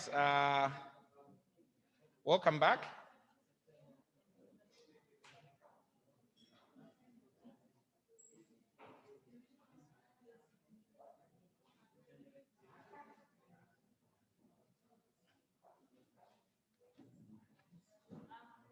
Okay.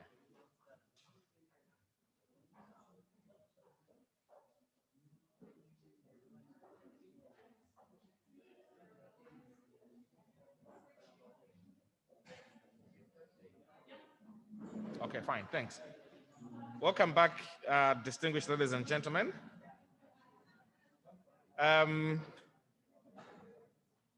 We'll have now presentations from the groups.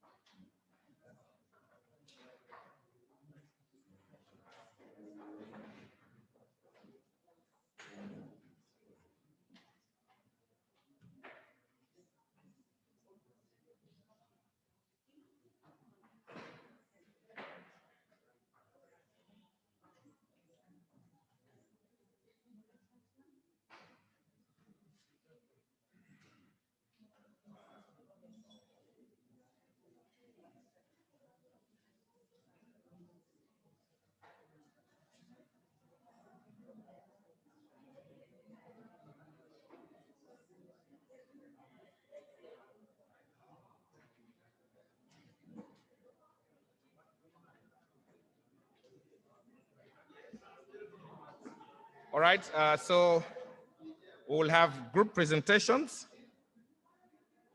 And please, when you come forward to make your presentations, try as much as possible to be brief. A maximum of 2.5 minutes will do. So the first group will present, and then the other group will add from what the other group has presented. And please do not repeat what others have already said or presented. So, for example, the first group number 1 will be presented by those online. And then after they make the presentation, group 1, who are physically here, will add up from whatever these guys have said. And please make sure that we are as brief as possible.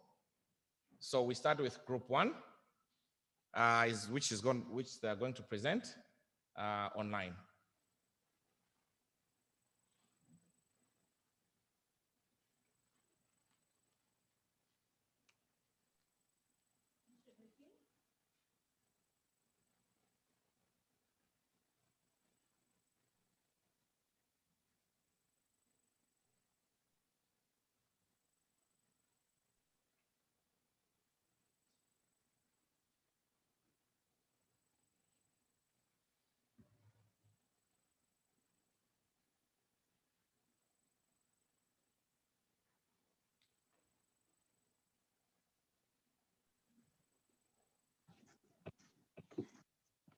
So please switch your video on and please unmute yourself.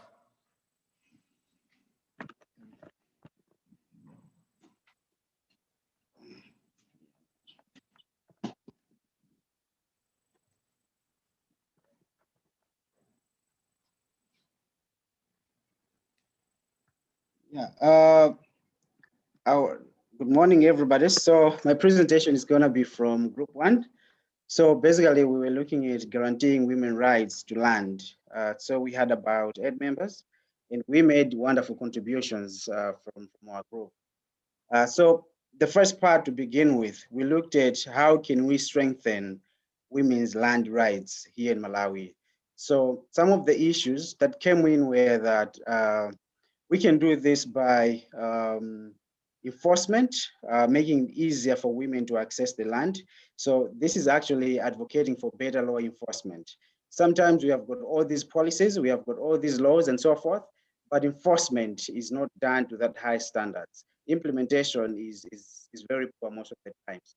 So we have to make sure that we enforce such laws, protect women. And again, we should also be able to identify deliberate laws that protects women's rights and creating awareness to women so that they can be able to exercise them.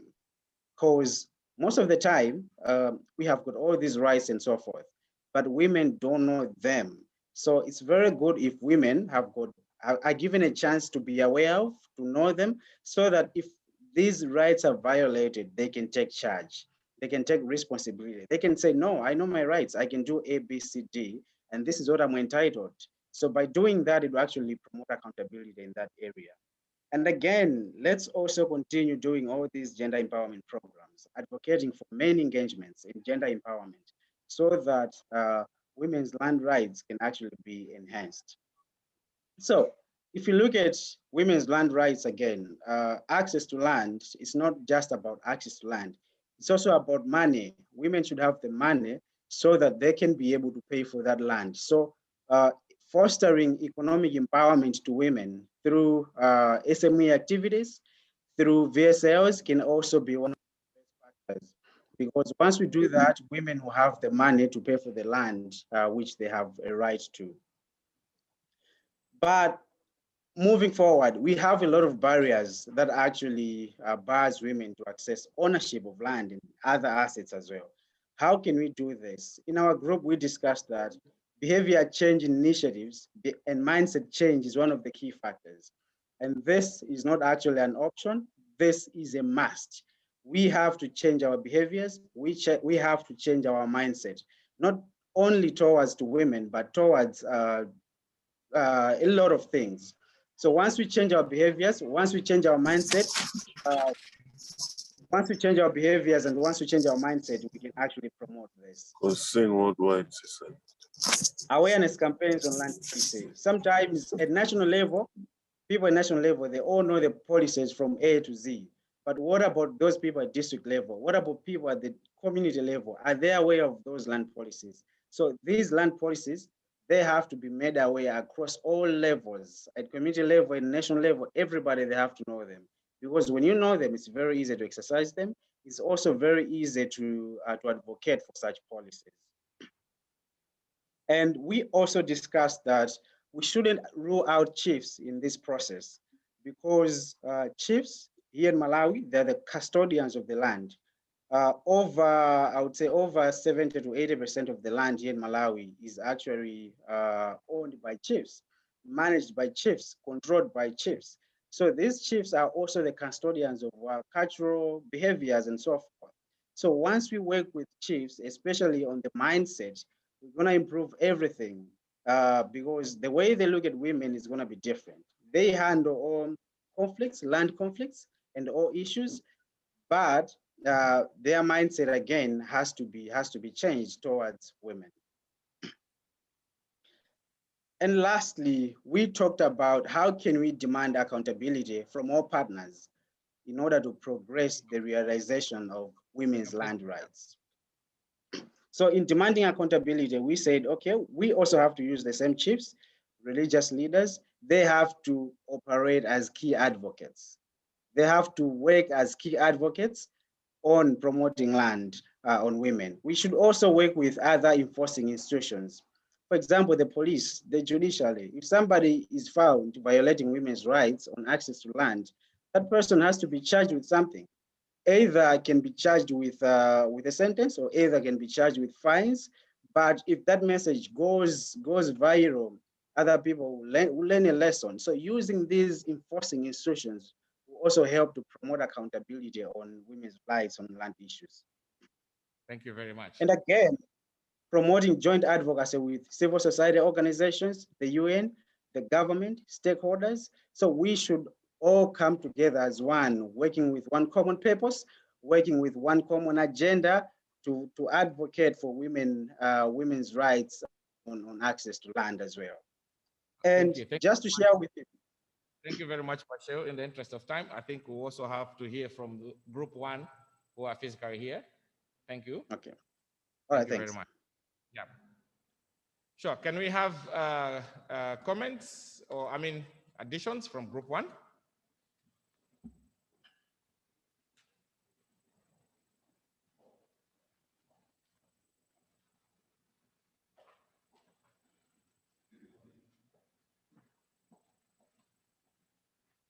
Thank you very much. Additions from group one, basically the points that came from the other group one, they're almost the same with what we discussed. We said there is need to sensitize or train the communities to own land equally. That's from men and women. They should own land as a family, because we saw that in other areas, like in the north, land is owned by men and women have no control over land. But in the south, it was seen that women own land. So we said there's need to sensitize so that land should be owned by both. Government should also have laws that to promote ownership of land as well.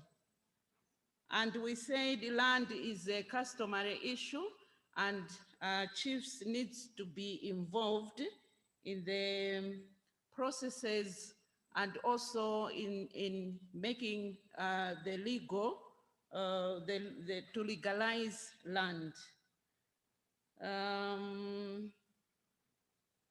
We said also the church have got a big role to play in legalizing the land, to sensitize their followers so that they know that they have to own the land.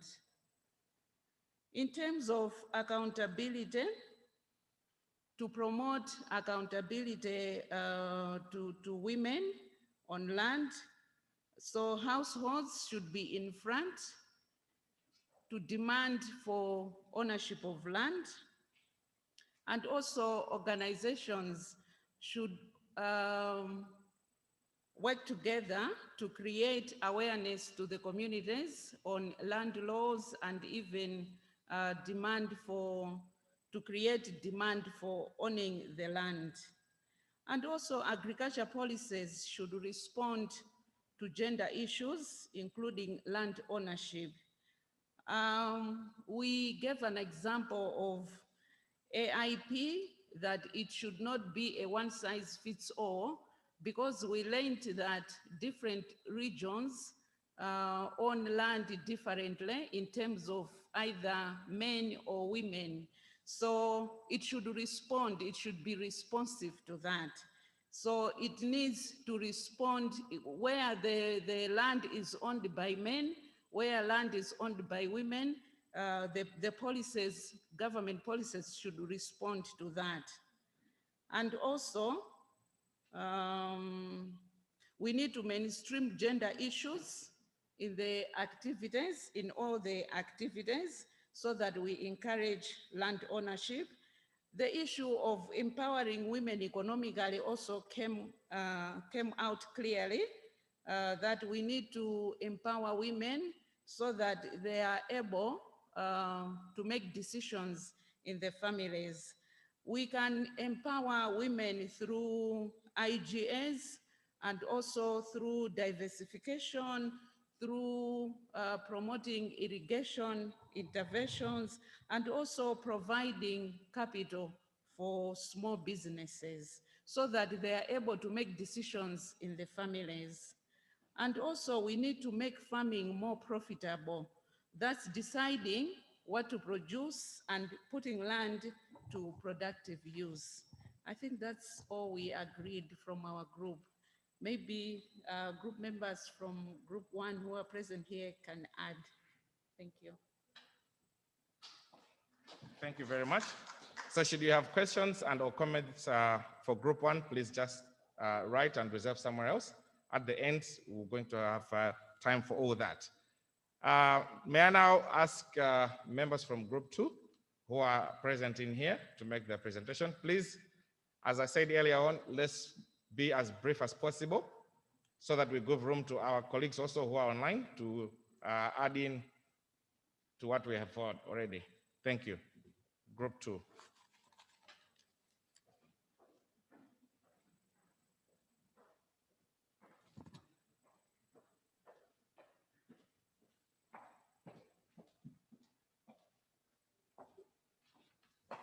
I'm Entail, presenting group 2. On our group, we are looking at empowerment of women in food systems and addressing women's unpaid care and agricultural burden. And we had 8 questions. So I'll start with the first one. We are looking at the prerequisite for achieving gender equality and diversity commitments by financial institutions. So under financial institution, we discussed that women should be taken as an entity, whereby when we are going to ask for loan, they should not ask you, is your husband aware of this? They should just go straight to the point. I'm going to take a loan and loan, not asking more questions about your husband and right. And we are also looking at the collateral that most of the banks have. They are looking at land, cars. So most of the times when we are registered for this kind of assets, they are in the husband's name, not the wife's name. So when it comes to the collateral, I think as a group, we discussed that they should, considering the cooperatives, not these big assets. And the application process should also be conducive for women. And there should be also loans that are targeting only women. And even the central bank itself, when it's looking for the minimum percentage, should have, it must monitor the percentage that the banks are giving to women. And we have also to improve financial literacy and cultural perceptions. You have 1 minute. Okay, under private sector, okay, there's also another question on point 2, where we're looking at improving the gender standards to incorporate workplace dignity of women and equal pay. So on the private sector, we are looking at rules and regulations that the company operates. Of course, most of the companies have conditions of service, but when we are looking at the environment that most companies create, they are not conducive for women. And we are also looking at the gender policies. Most of the companies do not have gender policies. And under 3, we are looking how can we improve women-focused value chain. So under this, we are looking at, we have to have priority on the value chain, more especially to involve women in terms of funding, but also we should also have grant for women. And I will be too fast. 30 seconds and please be winding up. All right, fine. Okay. So on 4, we are looking at the non-state actors for granting living wage. So under this, we are looking at they should set policies and monitor them. But also women should be employed and there must be quota and for targeting women.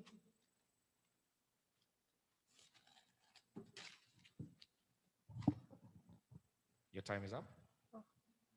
I'm sure others who are attending online will add on what you have left. Thank you very much. So that's from group 2. Can we also have a big hand, please? Can we also have what our colleagues online have shared? Patrice? Yes, hello everyone. Hello, I'm going to present for group 2. And just to add on to what my colleague has said, we also looked at the issue of women's labour burden. And we said at the heart of this was around behavioural change and social and cultural norms in the home. But we said the behavioural change programming tends to focus on adults, and we should start earlier working with children around these gender issues. So in the schools, through religion, through local leaders as agents of change and champions.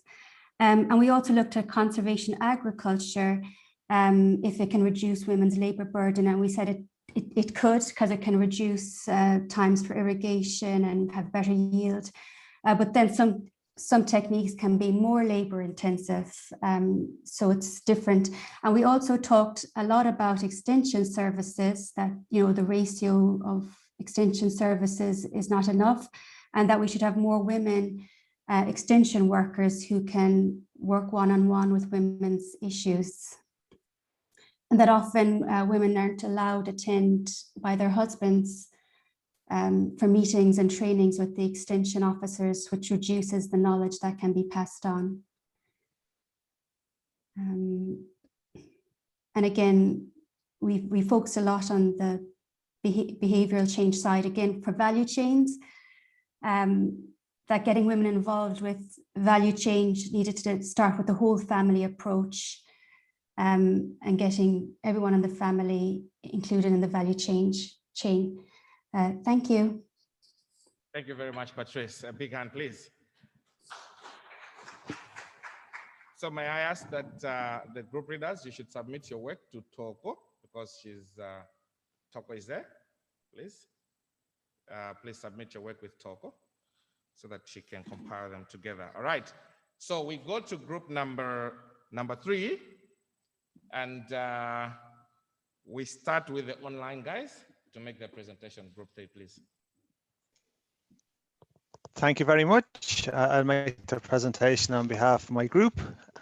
So as group 3, we were looking at the question related to women's voice, leadership and decision-making in food systems, how to create gender transformative agriculture and food system policies while addressing institutional barriers and systemic GBV.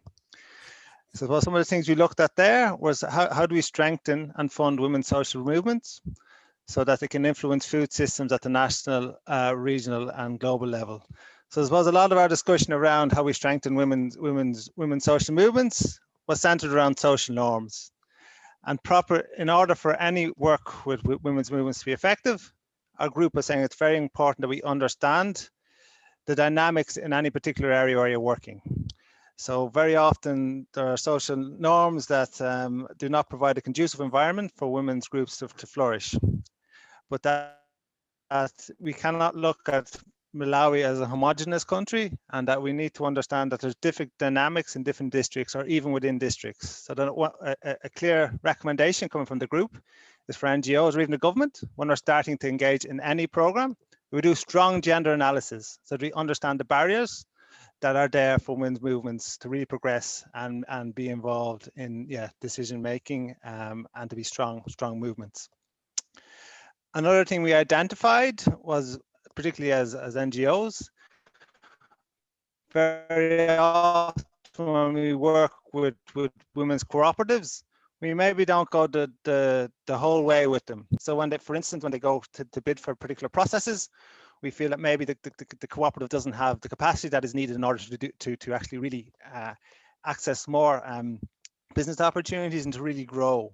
I suppose some of the recommendations that we made around that, a lot was around, maybe when government or even other sectors are doing procurements, that there should be a certain amount of that is maybe set aside for women's only cooperatives, so that we really make that commitment that yes, we understand that there are capacity challenges, particularly when women's cooperate, particular procurements, that maybe there can be always set aside a particular amount that could be ring fence for particular women's cooperatives.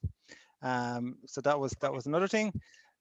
The third thing was probably around looking at building on a comment that maybe Boniface had made on the Zoom chat earlier around women farmers accessing mechanization. So particularly, I think Boniface made an example around accessing tractors. I suppose what we were saying as a group, that it's very, very important that we understand the barriers that are there for women to access these programs that are in place by the government, and that the government then takes action based on understanding the barriers. And then linked to that, a person in our group made the recommendation that for the AIP program, there's a need to review the inputs in this next phase. Oh, sorry, go ahead. Is it okay? Sorry, go ahead. Is there a problem? Wind up, please. Oh, wind up. Okay. And then the last point about the AIP, to ensure that we understand, take a gender lens when we look at that in the next phase, so that we understand that, make sure that women farmers are able to access it as much as men. So thank you very much. And I'll share the full notes with the rapporteur. Thank you. Thank you very much. A big hand, please, for group 1, for group 3. Okay, so okay, you're here. Okay, so I've got a very long list, so let me just spend a minute, I think, on the last. Mainly we're focusing on the use of local structures and the strengthening those local structures under DIAS and the others. I will not go through all of them systematically. I will just type them. I think we'll share them. And then the last one, we're looking at the breaking down the targets by district and region as well, and then monitoring of expenditure. I think, let me stop there. Those are the 2 key additional points, because if I go through the list of them, I think it's going to be a long one, but they'll be shared, I think, typed for the group. Thank you. Thank you very much. A big hand, please. Okay, so we go to group number 4, the last group, and we start with presentation from those ones who are present here, and then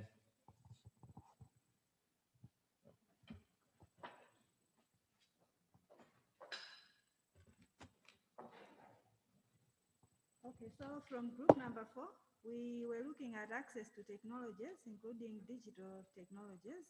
So the first part was, how do we ensure that technology designs on food systems responds to the needs of women? We discussed that we need to promote technologies that are user-friendly to both men and women. We gave an example, for example, some trade pumps that are not user-friendly to women. And we're also looking at promoting technologies that can easily be accessed by women. We singled out, for example, some solar technologies that are currently being promoted but are very expensive, and these cannot easily be accessed by women. We also looked at the whole idea of increasing coordination and partnership between service providers and end users, especially women, so that when we are designing these technologies, we are able to engage women so that they are able to tell us what would really work for them. In Malawi, when we look at the agriculture system, we already have national technical working groups that feed into the district technical working groups, where our research institutions like Luana and others are part and parcel of. So if we make use of these coordination systems in place, I think we can help design technologies around food systems that would basically respond to the needs of women. And we also looked at how do we get support to develop research and invest in agriculture research and development. We came up with the following. One, we said we need to explore viable public-private partnerships where both sides are able to see the value in the partnership. So currently we've seen a lot of talks around public-private partnerships, but apparently maybe we do not do a lot of research to see if these are really very viable. So we need to do proper research and then make sure that these PPPs would really work. And then we also looked at the whole idea of advocacy around budgetary support for research. Currently, when we look at our budget, we will see that research is the least funded budget line in our national budget. And again, we were also looking at exploring already available financing models. We were looking at, for example, MEDEF, which is now NIF, to see how, for example, it can on each year support some innovative research from both public, private, or community members. How state actors and non-state actors can help reduce digital gender gap. We looked at the whole idea of civic education on the importance of ICT. Government and public companies need to work on infrastructure. For example, if you go to Chitipa and a number of areas, it's impossible to have access to internet in some cases, reduce cost of data vendors, address cultural issues and norms around access and uses of technology. For example, when you go to the village, a radio is seen as a man's property. So we need to address these things that look very simple, but very important. And again, what and how can state and non-state actors do to increase availability of locally relevant digital platforms that can cater for women? So we looked at increasing awareness of technologies that are available, use of community radios. Let's wind up. Thank you. And then lastly, how can we build successful business models? We need to engage banks and mobile service providers, advocate for more access to loans, and then build a capacity of women in financial literacy. And lastly, we thought if we increase coordination at national and district level, then we can help finance gender-sensitive extension. Thank you very much. A big hand, please. Okay, so can we now have group 4 members from those that are attending online? Those who are in group 4, breakout room 4.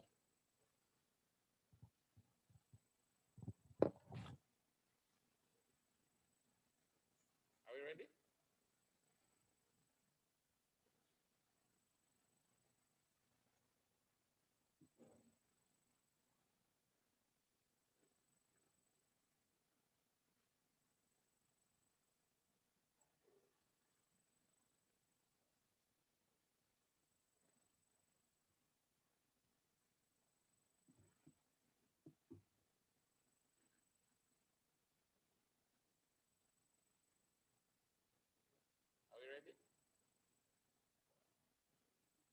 Not responding. Okay, fine. Yeah.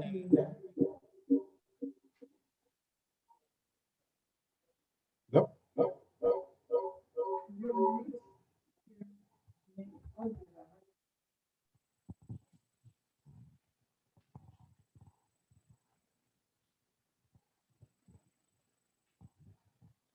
Are we able to have him? Okay, so I think we can. Hello? We can. Hey. Hello?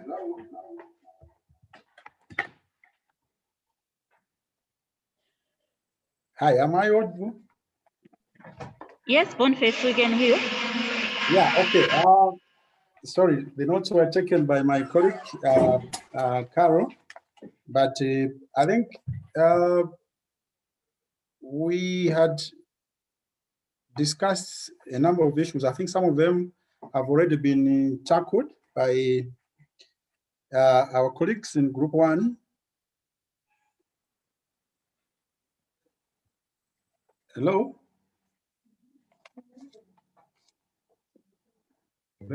Yes, Boniface, keep on. Right, sorry. I thought I'm off. Okay, on question 1, which is about how can it be ensured that technology design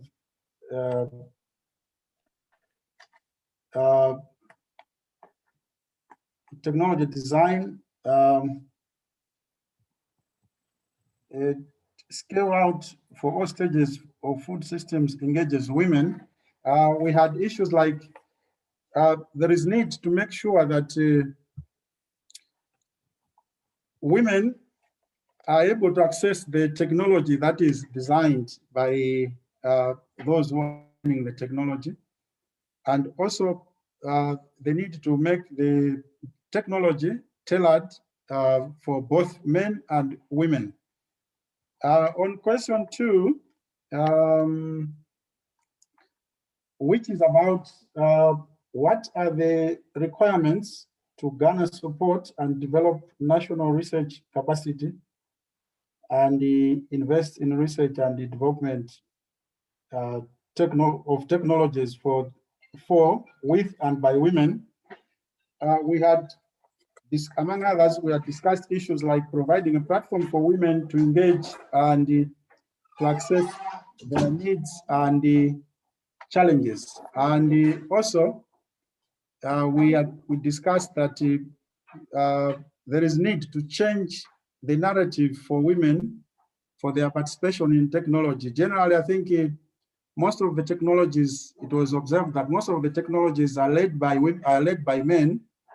And as men design those technologies, generally the group came to an understanding that those technologies are usually not tailored to suit the needs of women or the comfort of women. So that makes the most women not to adopt those technologies. So if the women also lead in the technology design and development, it was thought that those women could have that mind of developing the technologies, taking into account or having in mind their fellow women. So that would encourage the other women to adopt the technology.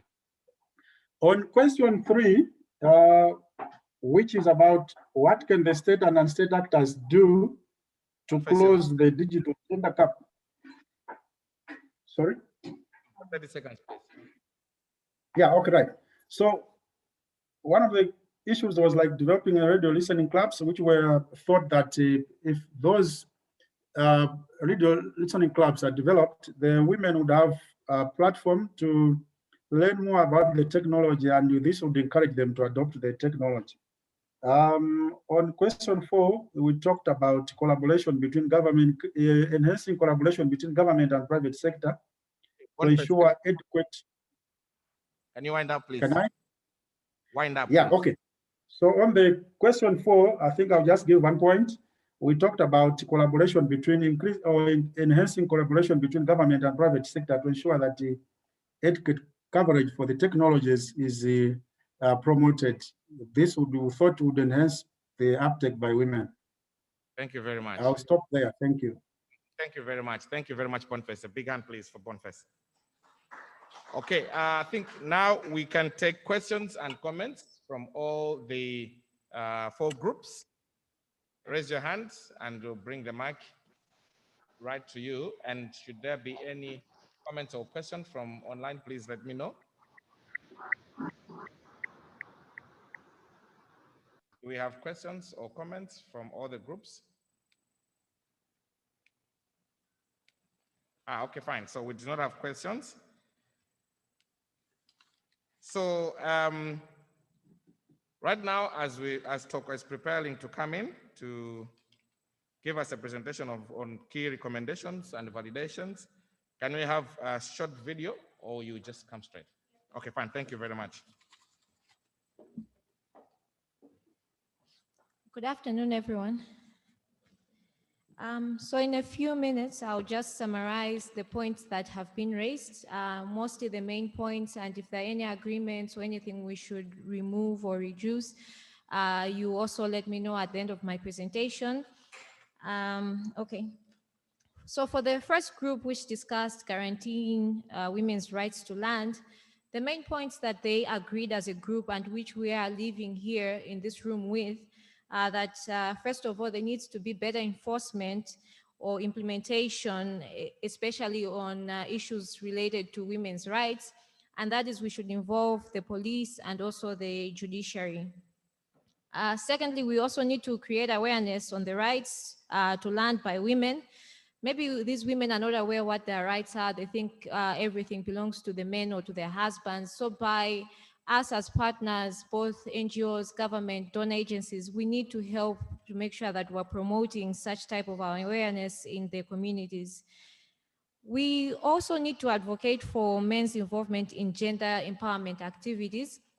Most of the activities maybe only target women, which then leave men reluctant for them to participate or for them to respond positively to what our recommendations are.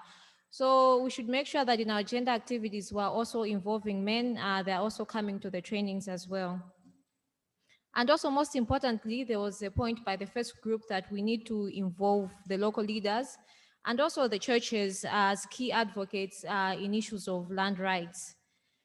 And finally, for group one, we need to make sure that we empower women economically. And one of the ways which was suggested by the group was by promoting IGAs and also diversification of other forms of income and agriculture. For the second group, which discussed economic empowerment of women in food systems and also addressing women's unpaid care and agricultural labor burden, they had a lot of recommendations. So some of them include the following.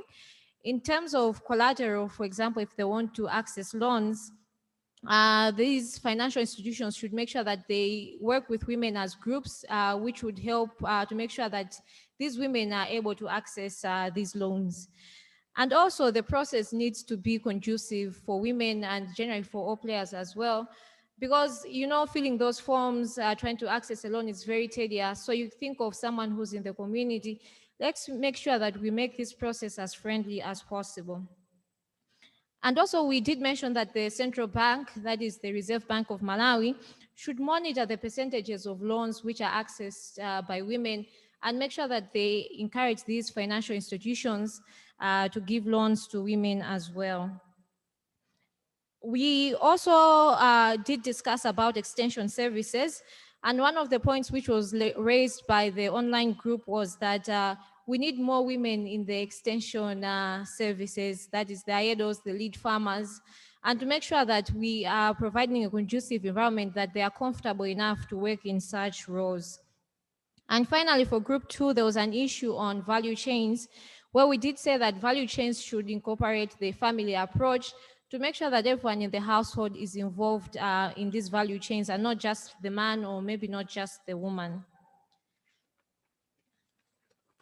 The third group did discuss women's voice, leadership, and decision-making in food systems.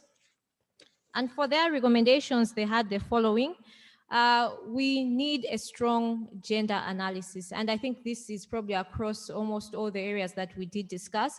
And this is a very important point that we need to consider, especially in our food systems.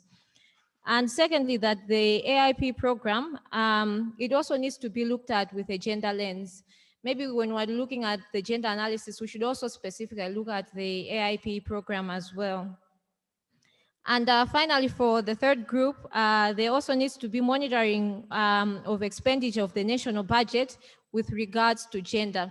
Yes, this sector or maybe this ministry got such amount, but how much of it actually went to gender and how much of it was linking gender and food systems, especially maybe for our Ministry of Agriculture as well. And finally, for the fourth group discussed access to technologies, including digital technologies. And some of their recommendations include the following. We need to promote user-friendly technologies that is for both men and women, and in particular, they focused on the treadle pumps, which are easier for men, but not so easy for women.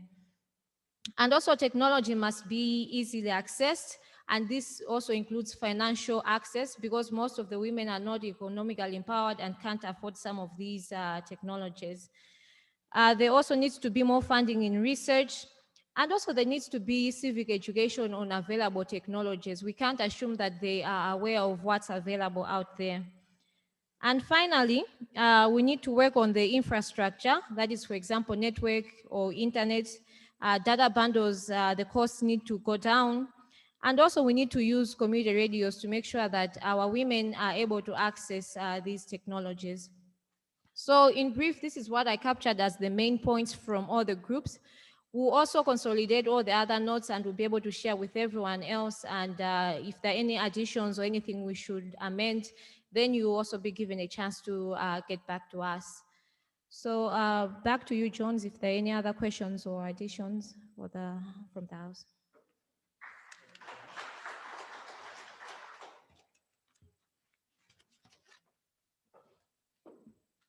If there are any questions or additions to what talk was captured?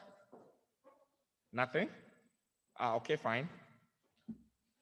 Maybe a little, when she was talking about having females involved in extension, she mentioned the government positions, but I saw it more as what their group talked about within the DIAS system, within the coordinated system. I think a lot of what we've talked about, we talk about individuals, but we've got to make sure that all those individuals are part of those coordination systems. Thank you. Thank you.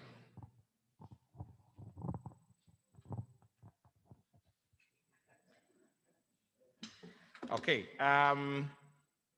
If there are no other, may I now humbly ask Mr. Anderson Chukomola, our Deputy Director, Grace in the Ministry of Agriculture, to give us the closing remarks. After he makes his closing remarks, we may have this short video from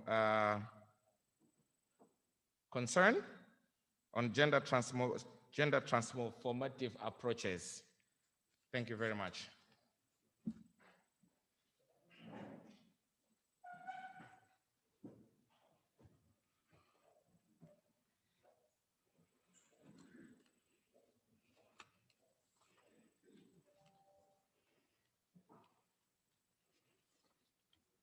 Thank you very much, the moderator.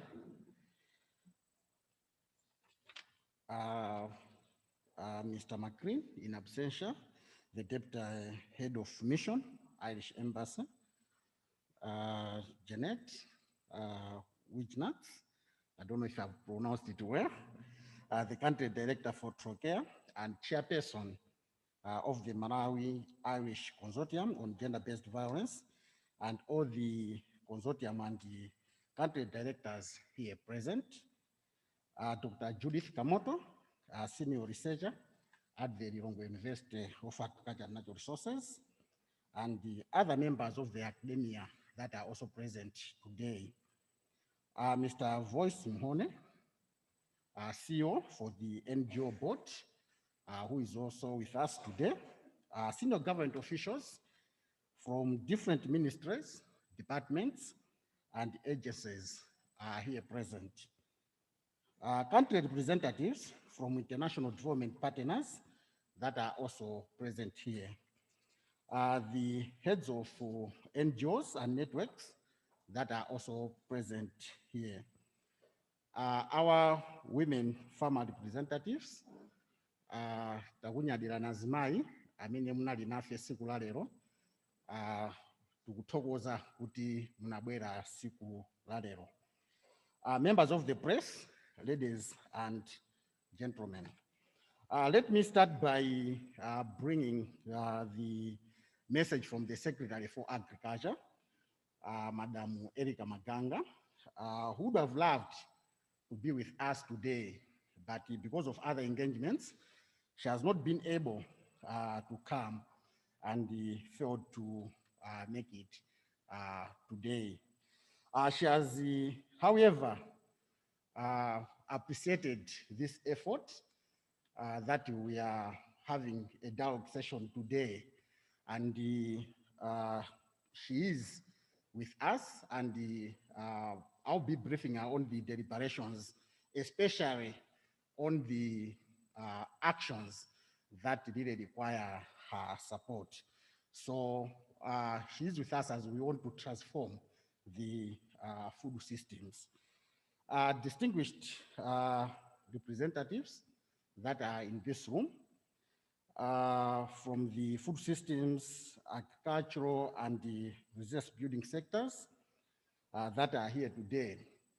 It gives me great pleasure and honor to be part of this independent dialogue on gender, equality, and food systems transformation, organized by Malawi Irish Consortium on gender-based violence and the Irish Forum for International Graduate Development today. You know, when I was sitting there, I was asking my colleague, the country director for self-help, I was saying, why are we calling this independent? Then he said, no, I think let me ask Janet why this is independent. Yeah, I've still not gotten the answer why we are calling this independent. Yeah, but I think maybe I'll come to ask why we are calling it independent. But let me really join those who have spoken before me, both in the morning and during the presentations, so that we really appreciate that we organized this great event. This has been indeed a dialogue that has helped all of us to sit around the table and discuss an agenda that helps to improve on how we can transform the food systems, but looking at the gender angle. Ladies and gentlemen, as you know, agriculture is the backbone of Malawi's economy. I think we cannot dispute that. Our economy is agrarian in nature, and the agricultural sector contributes significantly to the economic growth, and it accounts for approximately 28% of the GDP. And whilst it's contributing that much to GDP, it also generates over 80% of the national export earnings, and it also employs nearly 80% of the country's workforce, who are largely women. I guess these are also facts that we cannot dispute. As well, agriculture contributes to both the national and the household food security and the nutrition. Again, this is something that agriculture does in the country, considering that the Malawian agriculture is agrarian in nature. The agricultural sector also plays a critical role in ensuring sustainable use of the natural resources and the attainment of a better functioning food systems. And what we have noted, unfortunately, production and productivity of crops and the livestock and fisheries still remain generally below the country's potential. This is because of the constraints that we face as a country, which include low adoption of agricultural technologies, low access to farm inputs, low mechanization, low technical labor skills, weak linkages to markets, pests and diseases, and limited to irrigation, especially for our smallholder farmers. This situation is also being exacerbated by environmental degradation and the high susceptibility to extreme weather events brought by climate change, and even more recently, the gender gaps that have also affected our agriculture. There was a study that was conducted by UN Women that was trying to look at the gender gap in agriculture. That said there is a gender gap in agriculture, saying that if we don't address the gender issues that affect us in agriculture, we are losing some monies or gains that would have realized if we had addressed the gender issues. The effects of production and productivity affect men and women differently, as we have seen in the first presentation that Dr. Kamoto was making. She did highlight a good number of issues that we face as a country as far as gender is concerned. Ladies and gentlemen, as you are aware, the government of His Excellency Dr. Lazarus McAfee Chakwera, the President of the Republic of Malawi, is committed to ensuring that Malawi as a nation enjoys food security and sustainable agricultural growth by having an optimally productive and commercialized agricultural sector as guided by the pillar number 1 in the 2063 agenda. In this regard, the government is implementing various strategies, policies, programs aimed at promoting agricultural productivity and sustainable management of land resources in the changing environment and climate. Ladies and gentlemen, as we focus on production, stewardship of land and the environment, we also need to seriously take into account the incorporation of the gender equality in the agricultural and the food systems sector, so that the other gender groups like the women are not really left behind. Distinguished guests, ladies and gentlemen, when you try to define the food systems as it has been defined numerous times today, you find that all the activities that come into play as we do our food production, as we do the processing, as we do the transportation, and finally the consumption will be involved. And because of this, we really need to involve everyone else in this process. But the question could be, how does everyone else get involved? Because we recognize the fact that for everyone else to be involved, we have different capabilities that are supposed to make us to get involved. It is therefore imperative that we change the way we do our production, the way we do our processing, our transportation, and even the way we consume our food. This is therefore calling for action for each and everyone, so that if each one of us takes part, this will contribute towards the transformation of the world's food systems. Ladies and gentlemen, the food systems discourse is not a new phenomenon in the country. For example, the government of Malawi is implementing the national agricultural policy, and it is also implementing the national irrigation policy and the national agricultural investment plan, which we acronym as NAIP, and the various other policies and strategies that we are using as a country. When we take a closer look at some of the government policies, we'll find that they are promoting a gender equitable transformation in our food systems. For example, let me take you on a tour to the National Agricultural Policy.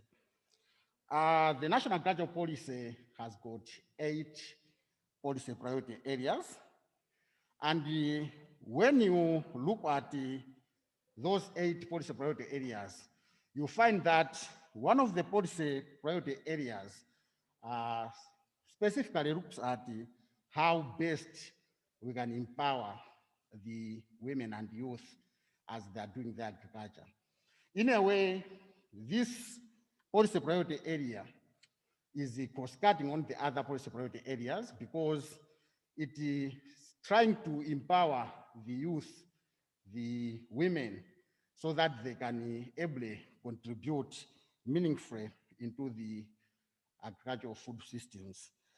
And when you also go into the National Agricultural Investment Plan on the 16 intervention areas, you also find that they are also contributing towards transformation of the food systems. And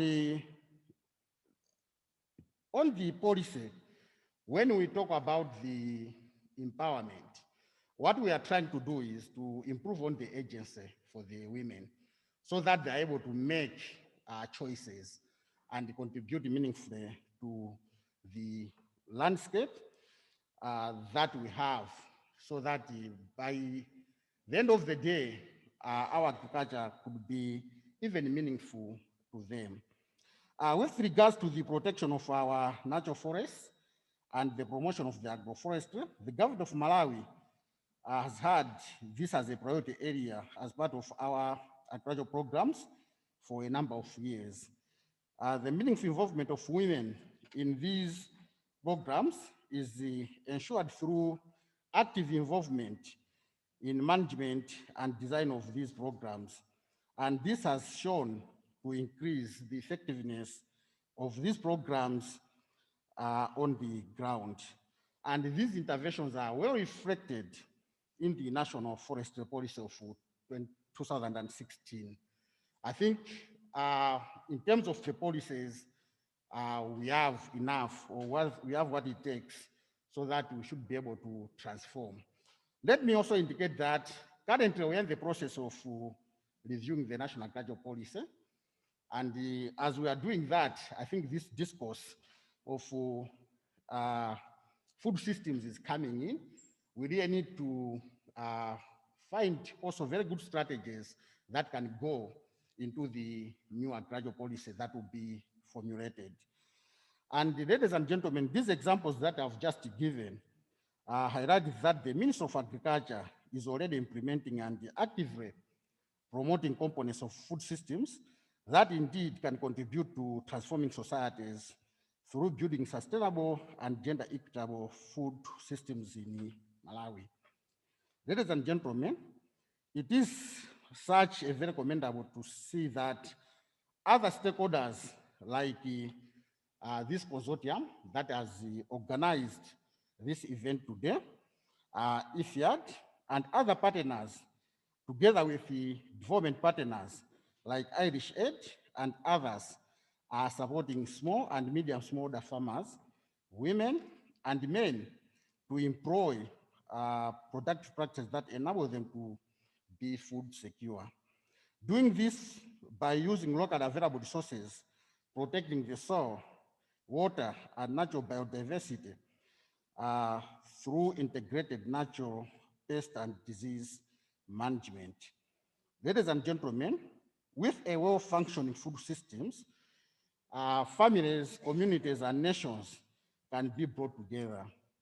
However, when you look at the world's food systems, most of them are fragile and need some attention. And the COVID-19, as somebody already alluded this morning, has also made the situation worse. Hence, the need to find even more better and innovative strategies that will ensure that everyone takes action to transform the world's food systems. It's only when we all take action and we don't become spectators, that's when we can win and have well-functioning food systems. The government is already supporting many programs that are positively contributing to a gender equitable transformation of our food systems as other stakeholders. However, what is important is coordination and collaboration. It's good that in one of the groups, I think it was group number 4, it highlighted the need to use the structures that are on the ground. In the sector, we have the decentralized agricultural extension systems. These are structures that are available on the ground that coordinate implementation of the various programs.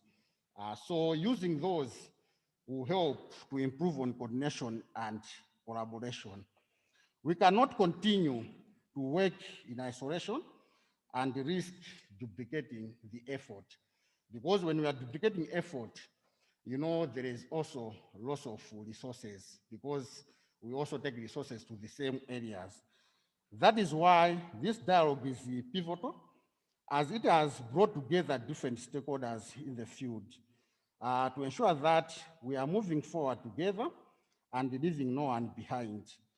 And in ensuring that we achieve food security, gender equality within the food systems, the value chains, we need to also increase incomes and attain sustainable social growth of households and the nation as a whole.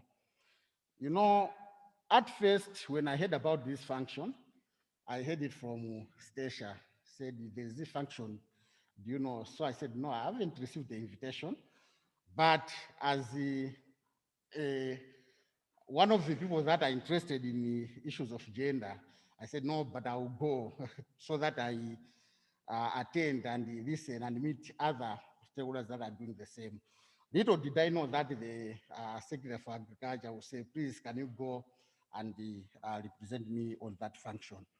Ladies and gentlemen, distinguished guests, at this juncture, please allow me to thank all our development partners and stakeholders for your continued technical and financial support in contributing to ensuring that every Malawian enjoys good health, food and nutrition security. Please let me also thank the Consortium through the chair there for organizing this independent dialogue today. And I wish to say we had very fruitful discussions, and the actions that Toko just said at the end, I think these will really contribute towards the food systems conference that is ready to be conducted later on. But what we need to really guard against is to ensure that the issues of gender really becomes part and parcel of the discussion.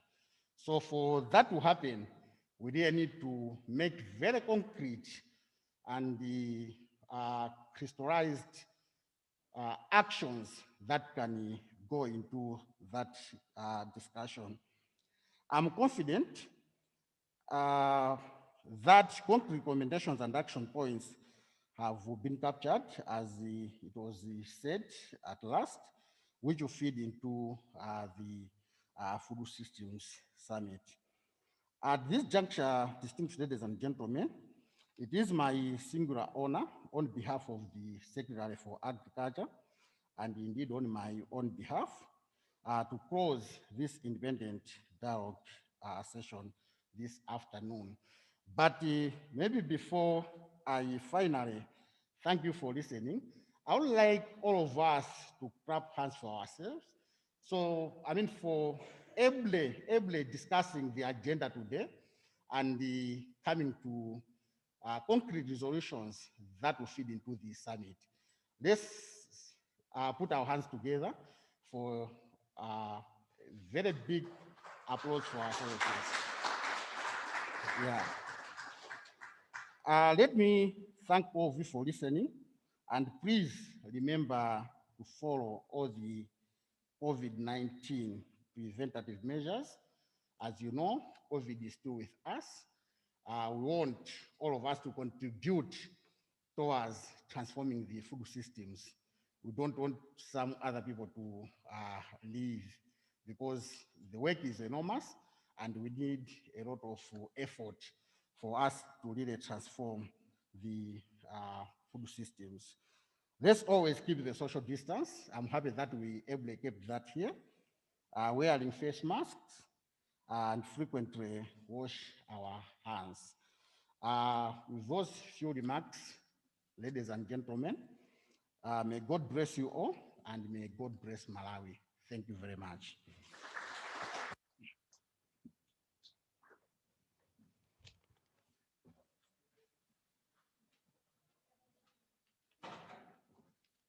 Distinguished ladies and gentlemen, this marks the end of our independent dialogue on gender equality for food systems transformation in Malawi.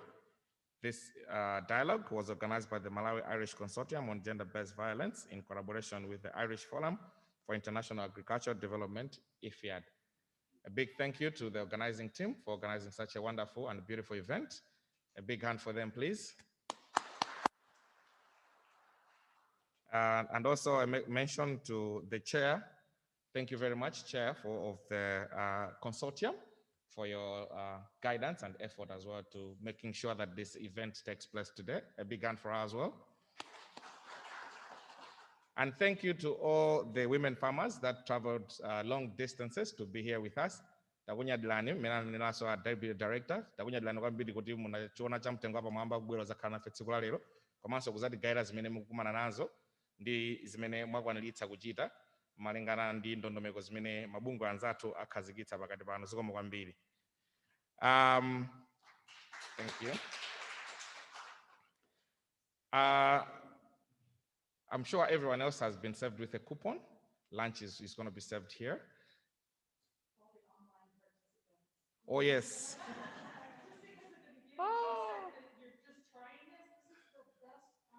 Exactly.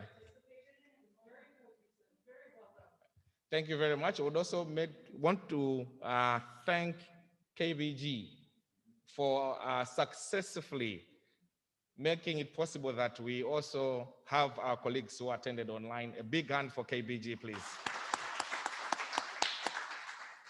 It wasn't easy, but it has been very successful, and it's been fun as well. And it's very interactive. So to all our online colleagues, we also want to say thank you for joining, and thank you for your participation and your comments, questions, and feedback. It has been very exciting to have you all. Thank you very much. This marks the end of the function today.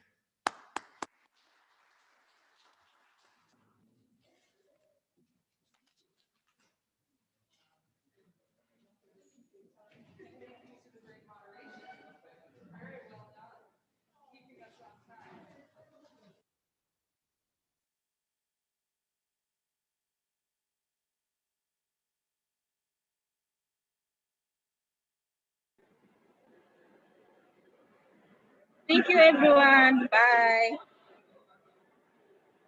Thank you, Patrice. Thank you. Thank you, Chikondi. You've been amazing. Thank you. Thank you, Boniface. Thank you, my Ben. Thank you, Arinafe. Oh, hi, Chikondi. Hi, Wiscott. Thank you, guys. Thank you. I was part of your team. Thank you.